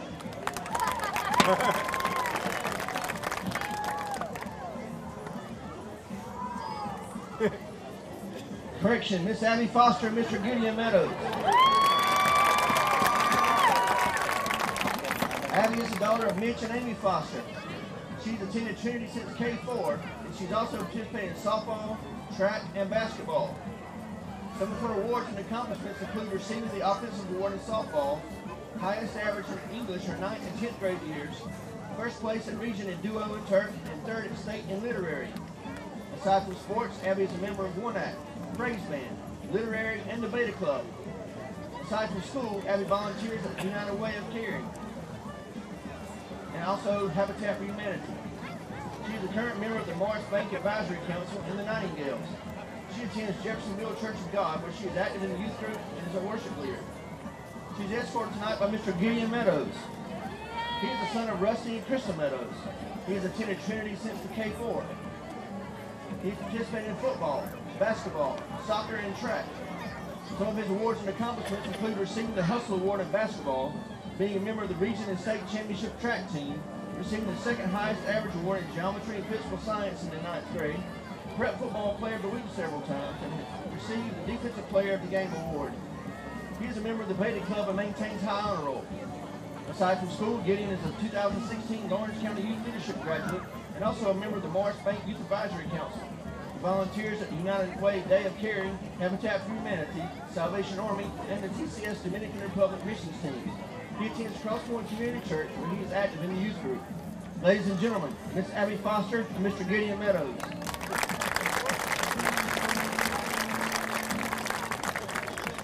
Also representing the junior class, Miss Kate Canada and Mr. Evan Hill. Kate is the daughter of Eric and Tracy Canada. She's attended Trinity since K4. She's participated in cheerleading, competition cheer, and soccer. Some of her awards and accomplishments include receiving All-Region in soccer and the Most Valuable Cheerleader Award. She is a member of the Beta Club and maintains high honor roll. Aside from school, Kate is a member of the Nightingales and is a 2016 graduate of the Lawrence Youth Leadership Program. She attends First Baptist Church, where she is active in the youth group and youth choir.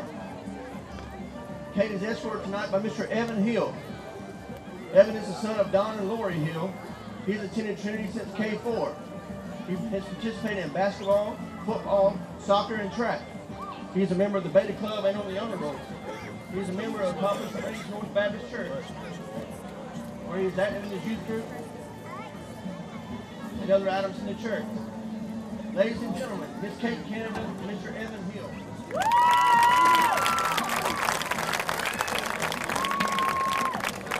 And tonight, representing the senior class, Miss Emily Harrison and Mr. Matt Coleman.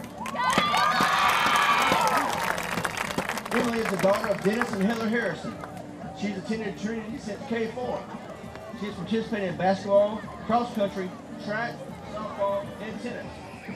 Some of her awards and accomplishments include receiving the Crusader Award, being named the Defensive Player of the Year in all regions 2 years in a row in softball, and Most Improved Player in tennis.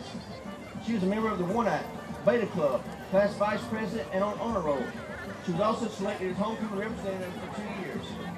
She has maintained perfect attendance in the 9th and 11th grade. Aside from school, Emily volunteers at the Serenity Hospice and American Red Cross. She is a member of Poplar Springs North Baptist Church. She's escorted tonight by Mr. Matt Coleman. Matt is the son of Ann Reeves and Randall and Mary Lee Coleman. He's attended Trinity since the 8th grade. He's participated in football, golf, track, and wrestling.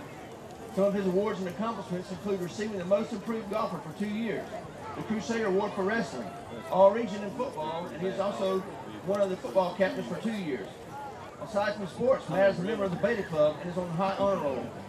In the community, he was a member of the Lawrence Youth Leadership Program and also the Morris Bank Youth Advisory Council. Matt attends First Baptist Church, where he is active in his youth group. Ladies and gentlemen, Miss Emily Harrison and Mr. Matt Coleman.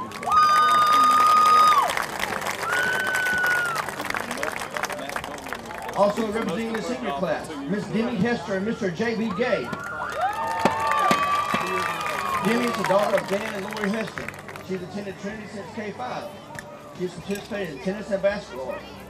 Aside from sports, Demi is a member of the TCS Dominican Republic missions team, Beta Club, One Act, and was also a homecoming representative for her freshman year. She also maintains honor roll. Aside from school, Demi is a graduate of the 2017 Lawrence Youth Leadership Program, a member of this year's Morris Bank Leadership Advisory Council, a member of the Nightingales, and she also volunteers at the United Way Day of Caring. She is a member of Marie Baptist Church, where she is active in her youth group and has gone on mission trips to Texas and New York. She is escorted tonight by Mr. J.B. Gay. J.B. is the son of Bent and Amy Gay. He's attended Trinity since K-4. He's also participated in football, basketball, track, and this year plans to add tennis. He's a member of the Beta Club, One Act, and was a 9th grade homecoming representative.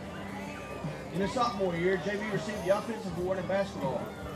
Aside from school, JB is a member of the Morris Bank Leadership Advisory Council, current member of the Citizens Bank Advisory Council, and by the end of the year will be an Eagle Scout candidate. He's a member of Pine Forest Methodist Church. Ladies and gentlemen, Miss Demi Hester and Mr. J.B. Gay.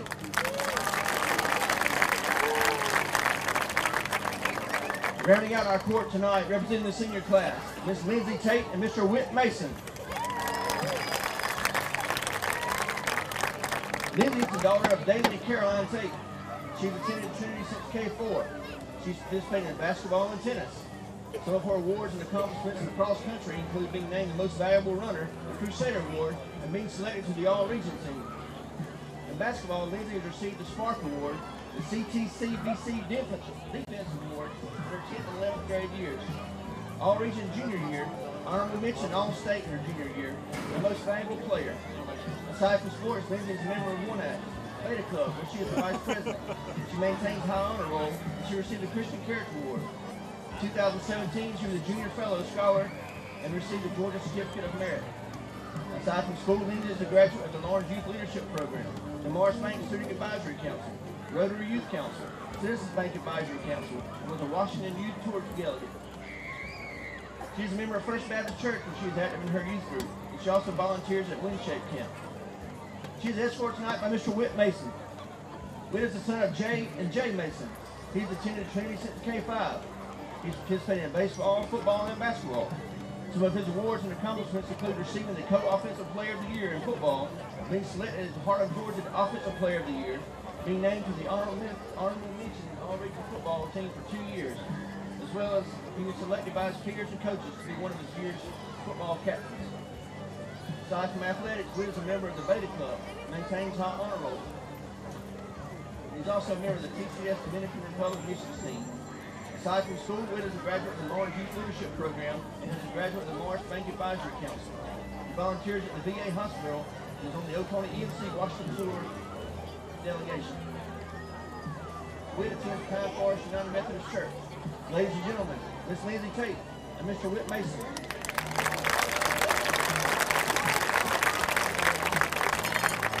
And now let's have another round of applause for all of our 2017 homecoming representatives.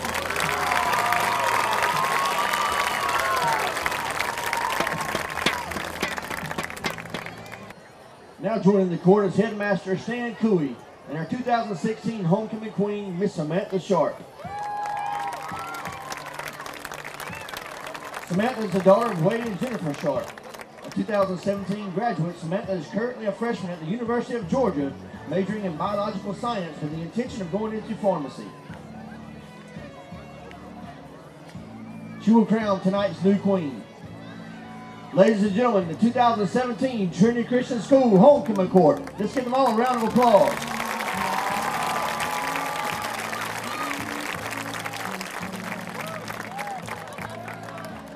Tonight, continuing a tradition that started 2 years ago, our 2017 homecoming queen will receive a scholarship in memory of 1996 graduate Miss Nikki Pope Allen. Nikki passed away after a brave battle with cancer. Her husband Eric and their 2 children, Lainey, who's a 4th grader, and Tinley, who's a sophomore, have graciously provided our new homecoming queen with a scholarship in the amount of $500. While at Trinity Christian School, Nikki excelled in the classroom, was involved with numerous sports, and most importantly was respected by her classmates because of her wonderful personality and giving nature. Tonight's queen possesses many of the same qualities that Nikki had 22 years ago when she was crowned as the 1995 TCS Homecoming Queen. There's no doubt that her heart rejoices at the good things continuing here at Trinity, and we rejoice with her as her TCS family remembers her legacy tonight. And now, the moment we've been waiting for. Ladies and gentlemen, the Trinity Christian School 2017 Homecoming Queen is Miss Lindsay Tate.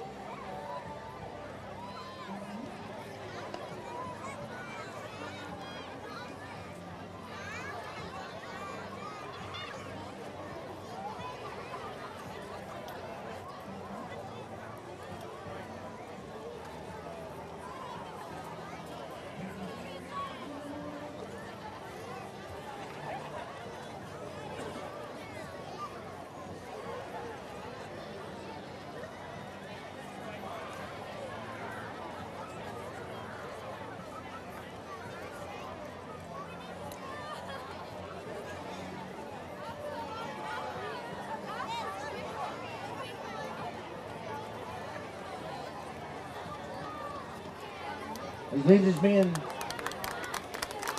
presented with a crown and a $500 scholarship, let's all stand and give her homecoming court one more big round of applause tonight.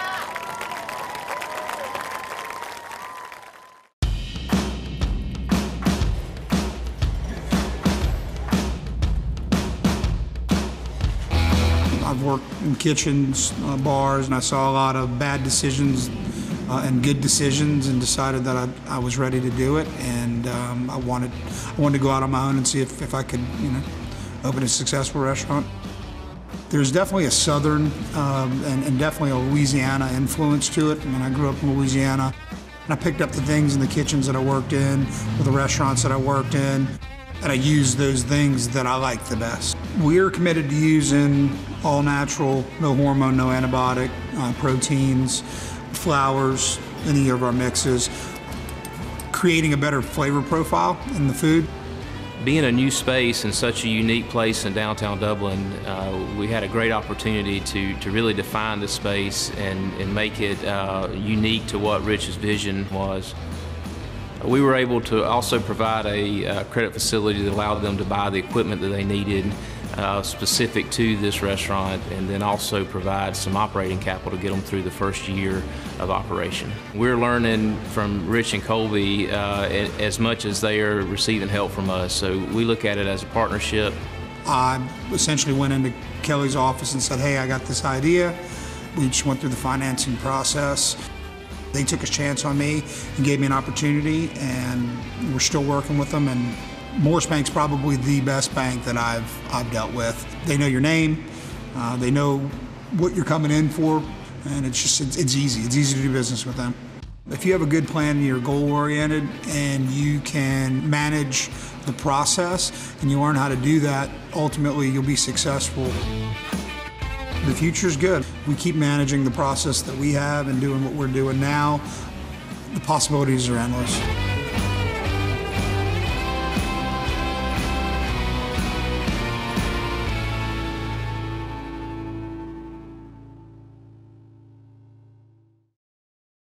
Allen's Heating and Air is your licensed Amana equipment dealer.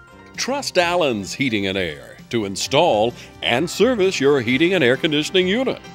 Allen services all brands. With the purchase of a new Amana unit, you'll get a lifetime warranty on the compressor.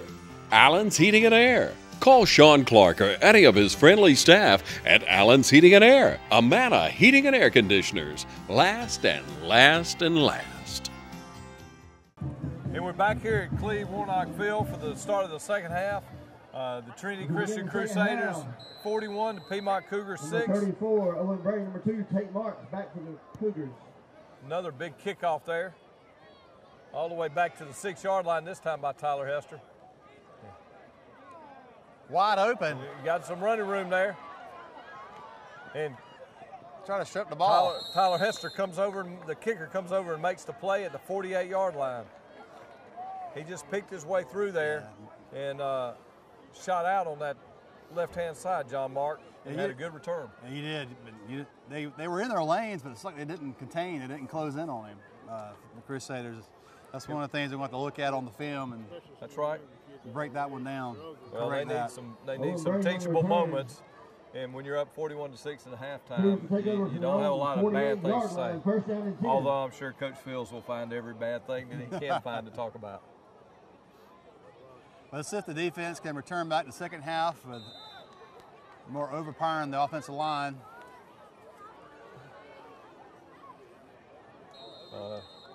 Hosts of Crusaders, William Gay and Will Clardy, Gideon Meadows, David Coleman. Clardy was trying to strip the ball and unfortunately was not able to. Yeah, they're definitely taught now when somebody is getting held up to go after the ball. That's right.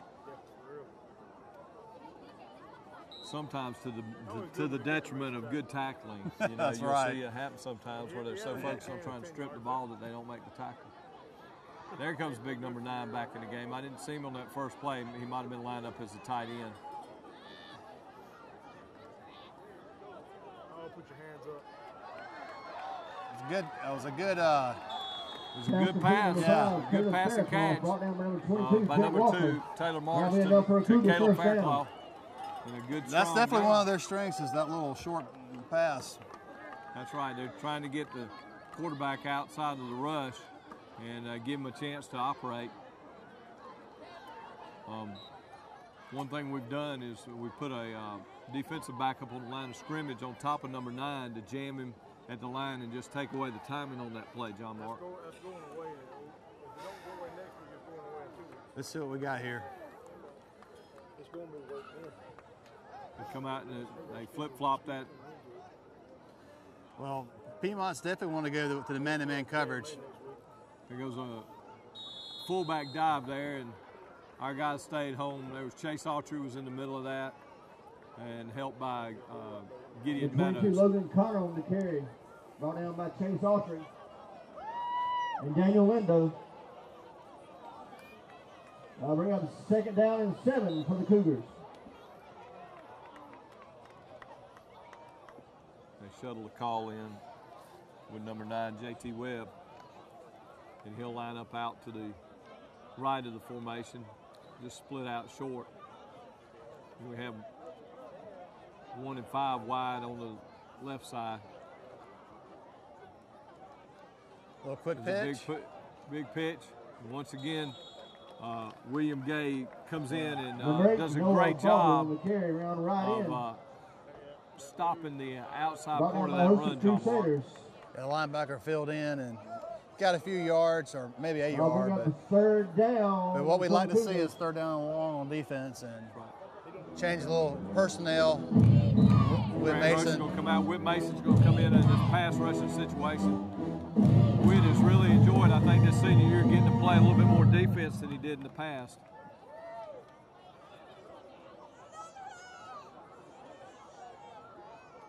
And he's coming hard on the rush. And there's a break on the ball. Yeah, that's like there was a fortunate situation there because the receiver had the ball and David Coleman laid back a little bit, but he came up and made a good play. Yeah, to break the play up. Could have had an opportunity to stop it or actually pick it off, but he attacked late, but he did hit him hard. Yeah, he did. And broke the pass up, and in the end, that's what we needed there. Yeah, the Piedmont should be going for it here. Yeah, I don't think there's any doubt about it. When you're down 35 in the third quarter and you're in our territory, you got to go for it here. And I wouldn't be surprised if they don't try to find a way to get it number 9. They've got him lined up at tight end this time.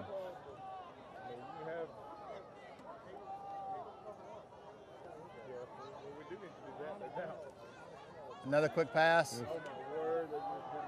They had a guy open. They had a guy open there, John Mark. Well, fortunately for the Crusaders, Clardy was about to. There was some good passes. Had pressure on him, so he had to get rid of it quicker than he wanted. He did, and he just didn't get enough air up under it. If he had laid that ball up in the air a little bit more, I believe that number one, Dylan Coe would have been able to run up under it before the safety got to him.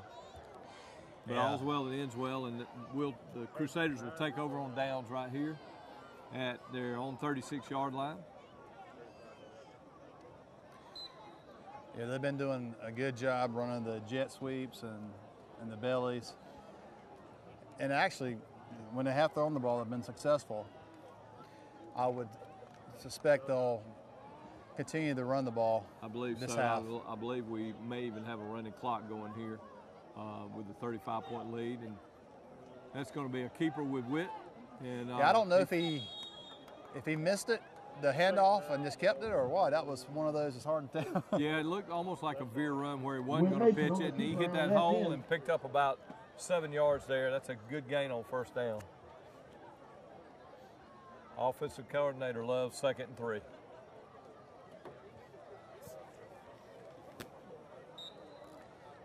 Yeah, I think we definitely have the height at the receivers to make some good plays, but once again, when you're up this many points, I don't foresee us passing the ball a ton. Here goes that sweep to Jake Walker. Jake's got a guy. Man had an angle, and Jake almost outran that angle. But nice shoestring tackle by Caleb Fairclough. After a big gain right there by Jake Walker. Yeah, down to the Piedmont 32. We thought he had a corner, and he just barely tripped him up. That's right. Well, it looked like you just sat there and said, well, Five's got the angle, he's going to knock him down, and Jake sort of hit another gear and almost beat him to that corner. And in the end, it's a big pickup, and we're at the Piedmont 33 here as Grant Gross brings the line up to the line of scrimmage, the offensive line up to the line of scrimmage.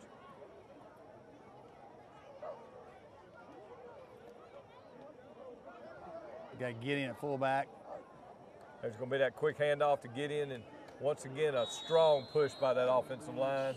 And up off the middle, number 5, Gideon Meadows. Be a gain of 5. They'll bring up 2nd down and 5 for the Crusaders. As running back, and I know you played running back a little bit in high school, there's nothing like not worrying about getting hit until you're 3 or 4 yards down the line of scrimmage, is it? Yes. Yeah. It's you got a 5 and a 9. You want to have an explosion off that line, and you want to be the one giving the hit. You don't want to be taking the hit. It's not fun getting a shot.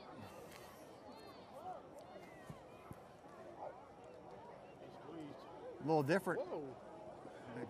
Great cut back by Jake Walker, and he's going to turn it all the way to the end zone. Oh, we got Looks like there's a flag. Maybe something from behind the play. The flag on the play. It's one of those calls where it probably didn't matter. Yeah, it looked but like he called it was anyway. After the fact, but it looks like he might have got one of our linemen maybe for holding someone downfield. There was almost a clip in the backfield, and our guy thought better of it because the ball was past him. And they are going to call a hold there, which will nullify part of a run, but if it's from the... Yeah, it's not good taking 6 points off the board, though. It's not. It'll still be a gain, and it'll be from the block was downhill. It looks like the pitch. It was like it's a different. I mean, that little fake, and then. Well, it broke down, and Jake did a good job. He's an open field runner, and he broke back to the weak side, and the defense had over pursued, and that gave him that opening. It was L over 47. Be a spot foul on the play, even with a mark off, and still be an upward Trinity first down. All right. Let's see if we can get another running play here. What you got? Jay's got a... There goes that speed sweep to Gabe Meadows. And we're going to do the same thing the other way with the cutback against the grain, and a great cutback by Gabe Meadows, and there's no holding there, and a great play. It's almost a mirror image of the previous play where they over-pursued on defense, and he was able to cut back and run across the face of the defenders. Yeah, they're definitely they're wearing down the defense. And that's one of the things when you have guys going both ways, That's right. It's not a fun night when you're chasing guys flying around. No, it's not. And the Crusaders, they do have several running backs, good running back core that are doing a good job of wearing down that defense. Oh, a little high snap there. I don't know if it was a high snap. Whit Mason is throwing it. He thought he saw someone, but there was no one there. I'm sorry. That was Gabe Meadows with that throw. So with 3 minutes and 50 seconds remaining in the third quarter. So that'll make the score here, Trinity 47, Piedmont 6. And remember, folks, did you know that natural gas is half the cost of electricity? Start saving today.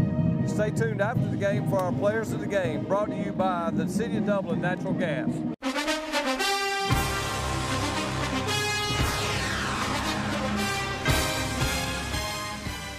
You've been saying you want it, and now's the time to get it. Pool and patio furniture in style with fabrics you want, comfort and durability you deserve. You'll even save on accessories and add your own personal style. Peak season and telescope casual furniture, a new category of furniture made of superior quality marine grade polymer, will not crack nor separate in any outdoor environment, and proudly made in America. Come see the full line of pool and patio furniture at Mid-State Pools and Spas today, and bring home a colorful poolside with the original Pawleys Island Adirondack chairs. Visit our showroom today and see the complete line of lounge chairs for your pool, and see the selection of Louisiana grills, the wood pellet grill that bakes, roasts, braise, smokes, grills, sears, char grills, and barbecues. Anytime's a great time for a Louisiana grill, and now's a great time to save at Mid-State Pools and Spas, located on Veterans Boulevard in Dublin. Mid-State Pools and Spas. We know pools.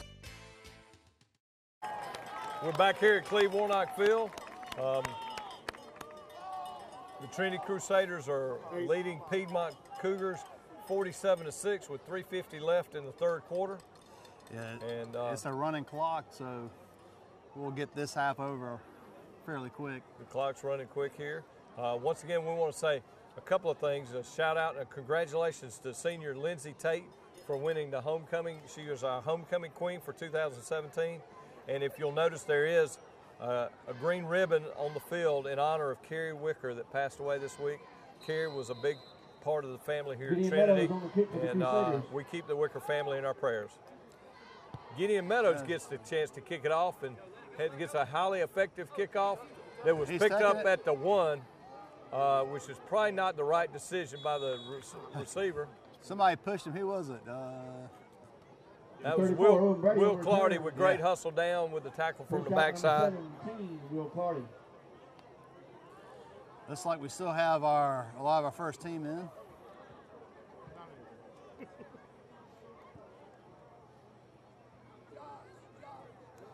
Well, we're changing now. A few guys, Josh Price to see, Carson Hall. They're all like, am I coming out? Am I coming in? These kids know they only have so many games in their high school career, and they want to play every minute of every one of them if they can. That's right.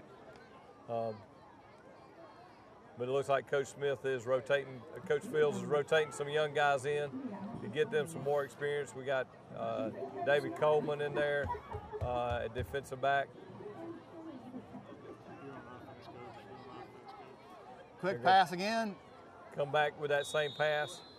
They had the young guys in there, and I don't think anyone knew to jam number 9, so they went right back and attacked. Looks like we the got pass was a little behind him. Craig Strung going back out, and Carson Kite. And Keon Taylor in the game as well. Peyton Howard is coming in, and Ben Butler. Big Kalen Williams has went both ways all night. Gets a chance to come out. He was a dominant force on both sides of the line of scrimmage once again tonight. All right, let's see what happens here.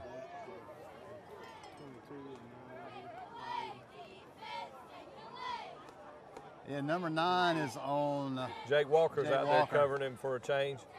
And we'll see what Jake can do. Jake's got great ball skills. Ooh. And it looked like a miscommunication, maybe the. He was doing a post right, and he was doing a fly. Right, that's right. And there was big penetration there by Wade. It looked like Wade Walker, maybe number 10, or was it Keon Taylor? It might have been Keon. It was Keon. He had great penetration in there. Yeah, he's been playing a good ball game of crashing in. That'll bring up 3rd down and 10 for the Cougars. That'll be an interesting matchup out there. You know, Jake's probably our best cover corner with his great ball skills, and then matching him up on number 9. They got doubles. All right, looks like they're. We get over there, and Colin gets over there in that jam position, and that just messes the timing up. And great interception there by Tyler Hester. A phenomenal interception. The 2 number 1s. Yeah, 1-on-1 and our 1 And it was It was 1-on-1 in a 1-on-1, and our number 1 won. So say that again fast, John Mark.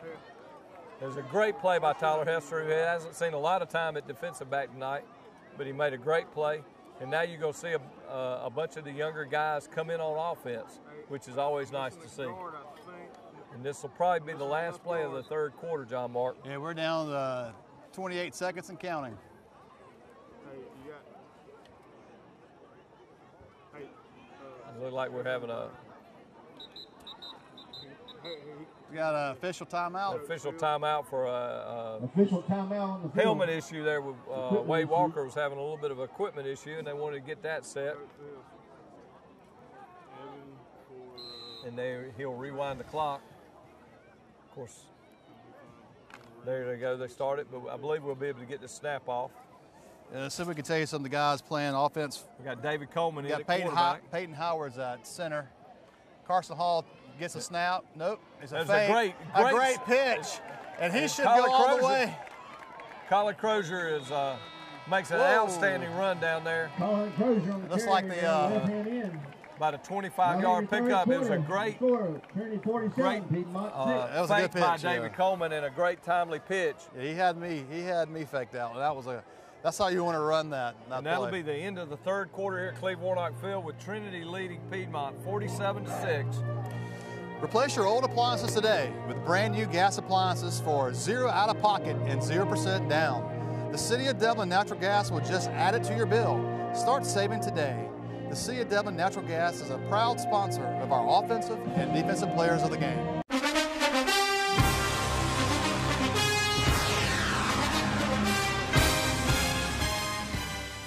Score big with the Dublin Piggly Wiggly. Catch all the savings throughout the store. Score big with fresh produce, grocery items, dairy products, and don't fumble the handoff. Choose 100% certified Angus beef from Dublin Piggly Wiggly. Taste the difference today. Fresh food, friendly service, Piggly Wiggly. And we're back here at Cleve Warnock Field on Homecoming 2017. It's been a great night, Don. It has, a lot of watching the crowd, the cheerleaders, crews, all the way down to our football team doing a good job of executing the night. 25-yard line. So we start the fourth quarter. We have David Coleman up under center. He'll put Tyler Hester in motion, and Tyler's got some speed now. He saw a hole and he thought he might want to kick it out and try to get a little bit more yardage, and there was he had guys pursuing him, but it's still a nice 5-yard pickup. Yeah, their football player JT Webb is all over the field tonight, offensively and defensively, but that was a good play. That was. 5-yard gain. The play will bring up 2nd down and 5 from the Cougar 20-yard line.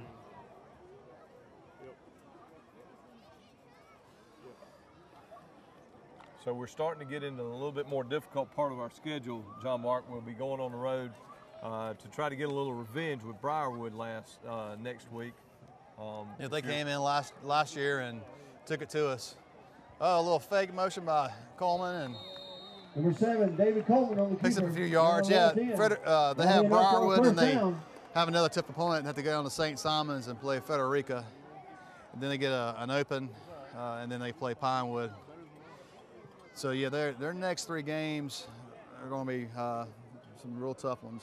Well, we got this one more game. Briarwood will be our last non-region game, and it'll probably be a real good test for us.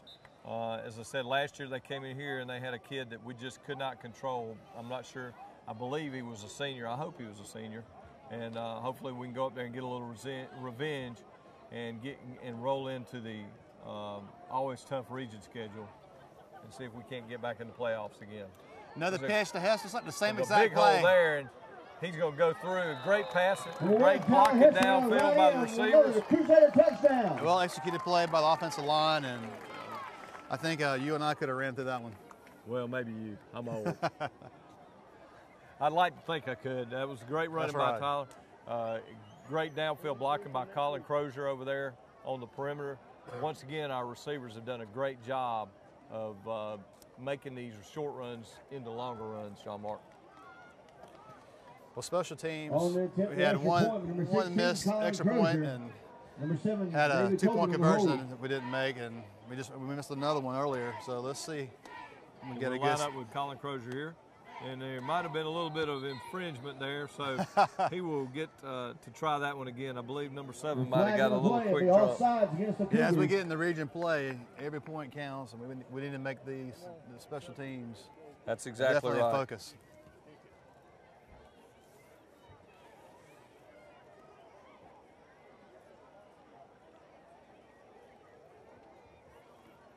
So, of course, we haven't gotten a score from Briarwood tonight, but they were 3-0 coming into the game. Kept an extra point again. With wins over Westminster and Burke Academy, who is one of our region opponents. And, that kick had a little more authority to it. That's right. And our one mutual opponent, common opponent, is Piedmont. And Piedmont played them a 39-17 game in Monticello, so they played them a little tighter than what they've shown tonight against us. So I don't know if that means anything, but we know it will be a little bit tougher competition. And we'll take a break right here with Trinity leading 53-6.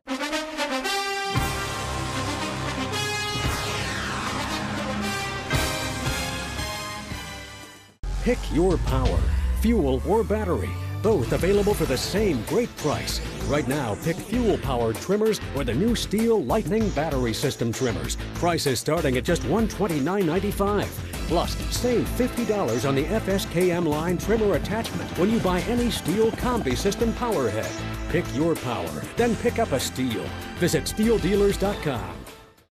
Cullen Supply and Engine Service, your Steel dealer at 826 South Harris Street in Sandersville and 910 East Jackson in Dublin. At Morris Bank, we understand that your personal finances and banking experiences can be stressful. We also know that it doesn't have to be that way. That's why for over 60 years, we've dedicated ourselves to providing common sense banking to people just like you. Even when I started working here, there was a definite vibe that you felt when you walked in the door. From the music that you're always going to hear playing to the hello, good to see you, welcome, how can we help you? You know, it's just a different experience when you bank here. We work hard to combine the latest online mobile technology and top-notch customer service that allows us to do just that. We realize our customers have choices, but what sets us apart is the personal service that we provide that they may not receive at larger institutions. We like to make you feel at home, and we like to make the process as easy as possible when you're banking with us. But we're not focused on helping just our customers. We are equally dedicated to supporting the community we are a part of. Just this year alone, we've logged thousands of community service hours and provided significant financial support to the communities we serve. Something that sets us apart at Morris Bank is what we give back to the communities in which we serve. And as the communities continue to grow, that brings more business and more industry into the area, and it's just this circle effect of giving back and receiving what the community can offer. We want to make sure you have the best banking experience possible. Come see us or give us a call to find out what makes Morris Bank different, because we're banking on you.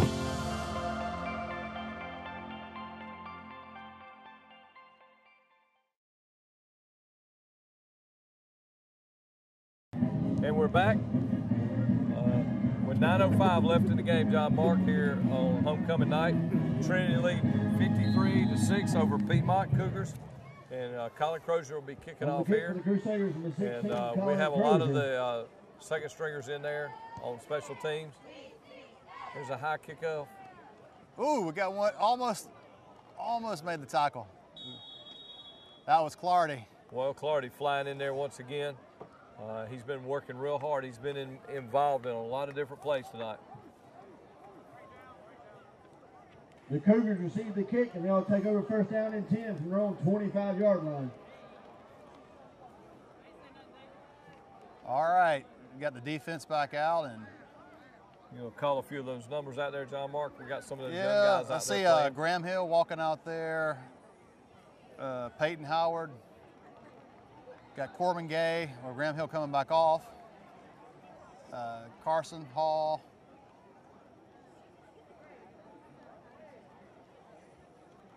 Got a running play. Oh, good pursuit there.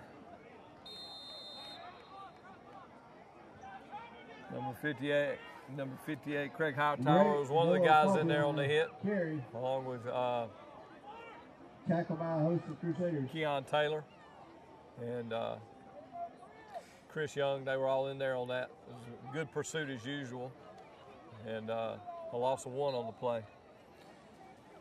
Yeah, this is good for our. You never know when somebody could get hurt or get out of it with an injury, and it's good to have some of these guys get in here and play in this fourth quarter. We got another run right in the middle. And Keon Taylor in on another tackle there. You got a mixture of guys coming in and out.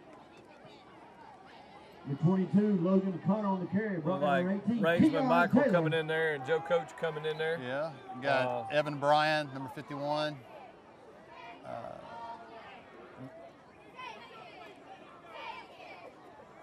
Wade Walker, number 10. Back in the secondary along with Tyler Hester. Walker Payne playing safety, number 12. Another handoff at the middle. Oh, it's a fake. And, number 2 breaks in the open. Tyler Hester hems him up and makes the tackle at the 50-yard line.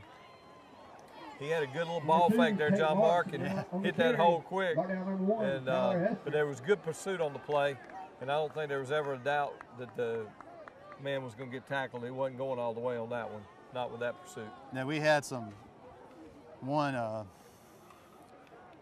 Walker Walker Payne was at safety. He had a good angle on him, but either the linebacker or the cornerback got a hold of him. Another runoff. That was a hard run right there by number 22, Logan Connor. That was a good hard run. 22, Logan Connor on the carry. 55, Rainsman Michael. Looks like Ben Butler got a number tackle. 44, Ben Butler. Number 32, Corbin Gay coming in there to see some time. That'll bring up second down and 2 for the Cougars.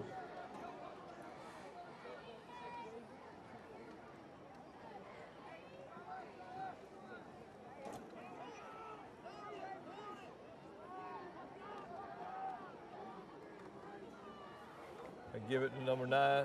It's a big number one. 5 there, Caleb Faircloth. Number 9, J.T. Webb on the carry. J.T. Webb. Oh, was J.T. Webb. Yeah, he's a load to bring down. He took a couple plays off. They had him out. He's got to be tired playing both ways. Yeah, looks like Ben Butler got in on the tackle at linebacker.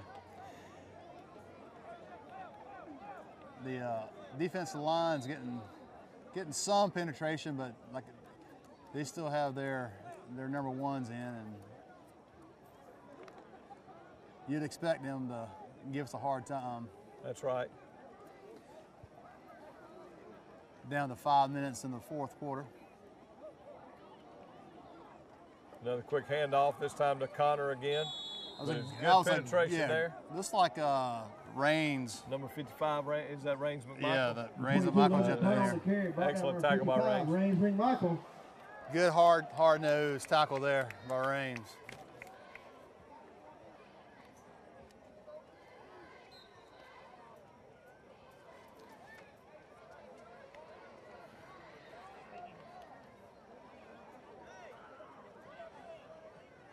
This looks like they're just trying just to run the ball. They're not trying to do any trickery here. That's right. Oh, well, the guy went the wrong way. Misplay, but nice improvisation by number 2, and an outstanding run. Whoa! Tyler Hester with the tackle right at the sideline. Tyler Hester. Pulls the play out of bounds. It looked like a continuation play. It didn't look like anything dirty or anything over there. There's a lot of complaining from the coaches over there, but I believe there's been some complaining all night on that side. It's like 21, Chandler Asbell's coming in, and number 32, Corbin Gay.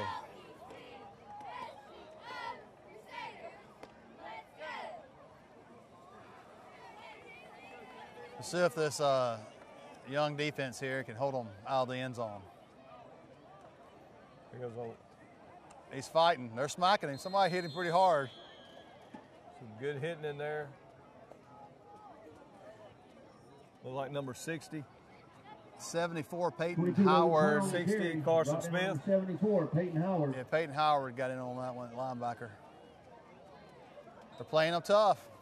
2nd and 7. These type of stands and this type of action is, like you said, is great for these guys because it just gives us a chance to get some experience. You never know when one of these young guys is going to have to step into the fray in an important moment. Here goes a toss to number 34. He's got a little bit of an angle, a good form tackle there. It looks like he got the first down.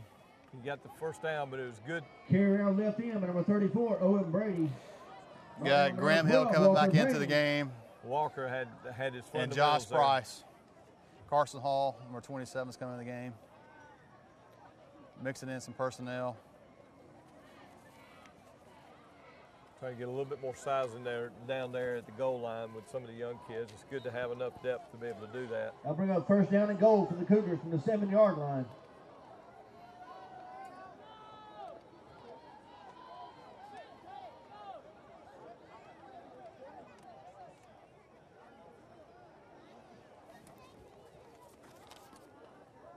Yeah, Some stuffed big hitting in the line of scrimmage Stuffed in there. Number 50. Was Carson Smith in there, or who was that? Or was that 60? Yeah, 60. I'm sorry. Yeah, Carson Smith. Carson Smith. Good tackle by Carson. We're bringing a little bit more size here with number 58. Yeah, that would be Craig Hightower. I would think they're going to run the ball a little wide, a little fake, and take it out wide. We'll see how they react here. Nope, quarterback's going out wide. That's what I figured. I don't think it meant to be that way, but we bottle him up inside, and the young kids, and that's an experience thing there. Guys not staying in their position and going and wanting to attack the ball, and you want your kids to run to the ball, but they got to keep their lanes. And when that play bottled up underneath, number 2, Tate Marks just took it to the sideline and scored for Piedmont's 2nd touchdown to make it 54-12. Some of the seniors are like, wait a minute, we got to kick it. I don't think the 2nd string does that a lot, so they got it back out there. Let's see if they can get a block here. Oh, wow. They almost got to it. It's great penetration.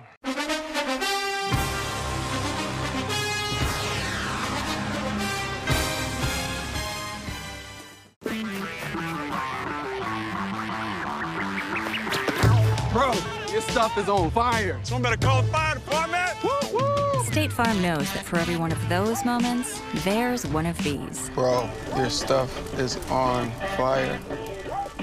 Someone better call the fire department.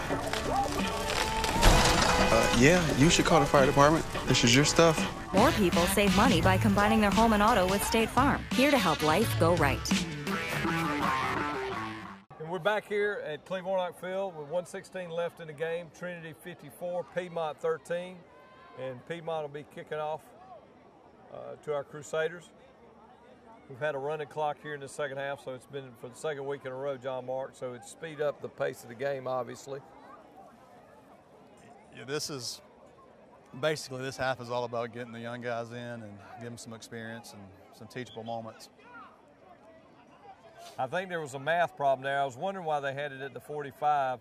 It was a personal foul for running into the kicker, and they had it on the wrong 45. It should be on our 45. Although I thought they kicked off from the 35, which would have been the 50. But I guess I'm wrong about that. Did they kick off from the 40 on high school? Yes. Okay.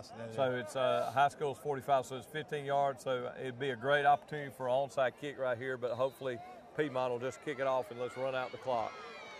All right, let's see if they kick one in the end zone. I would think he would try to. And he kicked one almost through the end zone. Might have hurt his foot on that, unfortunately. That was a good kick. And Trinity will take over at the 20-yard line. I do believe 17 might have hurt his foot there. But once again, it's homecoming night. The Crusaders came out and punched them in the mouth.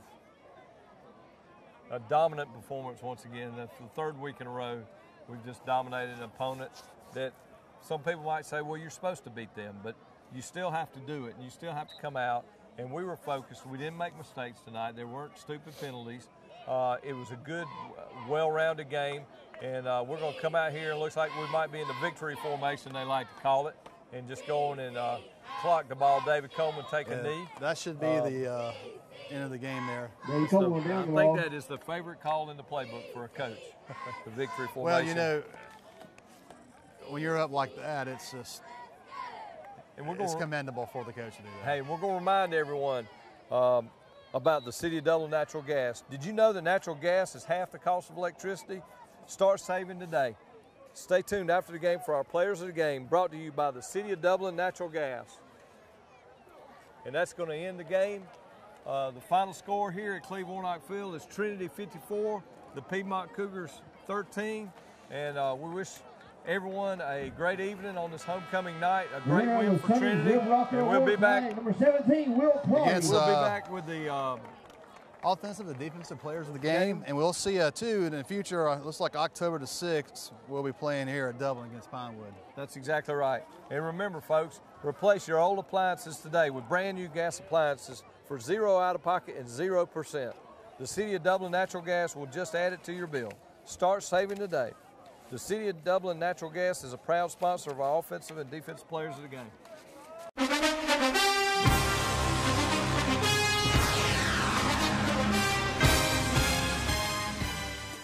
Hi, I'm Christy Sims with Barry Walker Insurance Agency right here in Dublin, Georgia, your nationwide agent. And I want to invite you to come by 1009 Bellevue Avenue and let's talk saving you some money. If you're like me and my family, we need to save as much money as we can. And with insurance rates going up everywhere, it's time to take out that policy and let's get it reviewed. So call me now at 272-6010 and put me to work, putting more money in your family's pocket. I'm Christy Sims and I want to work for you. Always remember, Nationwide is on your side.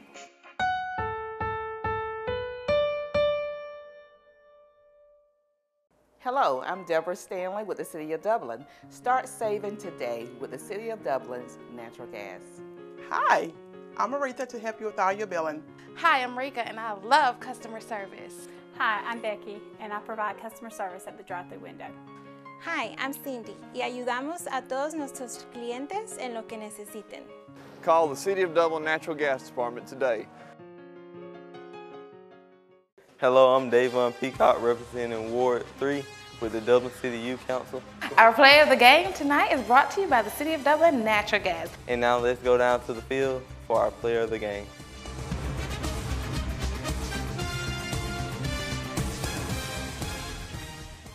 Hi, we're here with the City of Dublin Natural Gas Defensive Player of the Game, Chase Autry. Big effort by the defense again tonight. Tell us a little bit about it. We just worked hard all night. It's a team effort. We all played good. And glory to God, that's the reason we're out here. That's right. Well, it seemed like y'all spent a lot of time in the backfield tonight. Yes, sir. We worked hard all night. I'm proud of the defensive line. It seemed like there towards the end of the first half when they had a little bit of success on that quick pass that Coach Fields took y'all, what did he tell y'all on the sideline before you went back out there? Just told the defensive line to get their hands up and then told the defensive backs just to fight them off. Well, another great effort. Everyone looks up at the scoreboard and they see these big scores these last couple of weeks. But you guys, I know you're taking proud of not giving up touchdowns. Yes, sir. It's good to see. It's good to see only at least 13 points on the board. We like 0, but not always don't get what you want. So. Yep. Well, congratulations again to the City of Dublin Natural Gas Defensive Player of the Game, Chase Autry. It's been a great night. We're excited. Homecoming week. Crusaders won, and we had a lot of points scored. But one of the reasons why you had a lot of points scored is the offensive line. And you see the running backs get all the recognition, but tonight we're going to give the offensive player of the game to Chris Young. And I know you're excited. A lot of times the line doesn't get the chance to get the opportunity to win awards. So what would you like to say to your team? Well, I just thank them, for the great opportunity to play, because last season I suffered some back injuries and I couldn't play as well as I wanted to and not as many games. But this year I have a great team behind me, and whatever play they call, I run it and try to let us score. Yeah, but he's a senior this year, so I know this is a special night for you for homecoming. Yes, sir. Did you get a chance to do any activities? I know you had a dance or something going on this week. Did you have a good time? Yes, sir. I love participating in the dance. I do it every year. I may not be the best dancer out there, but I'm one of them. Well, we're excited to name you Offensive Player for the City of Dublin Natural Gas. So congratulations, and look forward to seeing some more great blocking this season. Thank you. Good evening. My name is Kiana Jones, and I'm the representative of Ward 1. Congratulations to our players of the game, brought to you by the City of Dublin Natural Gas.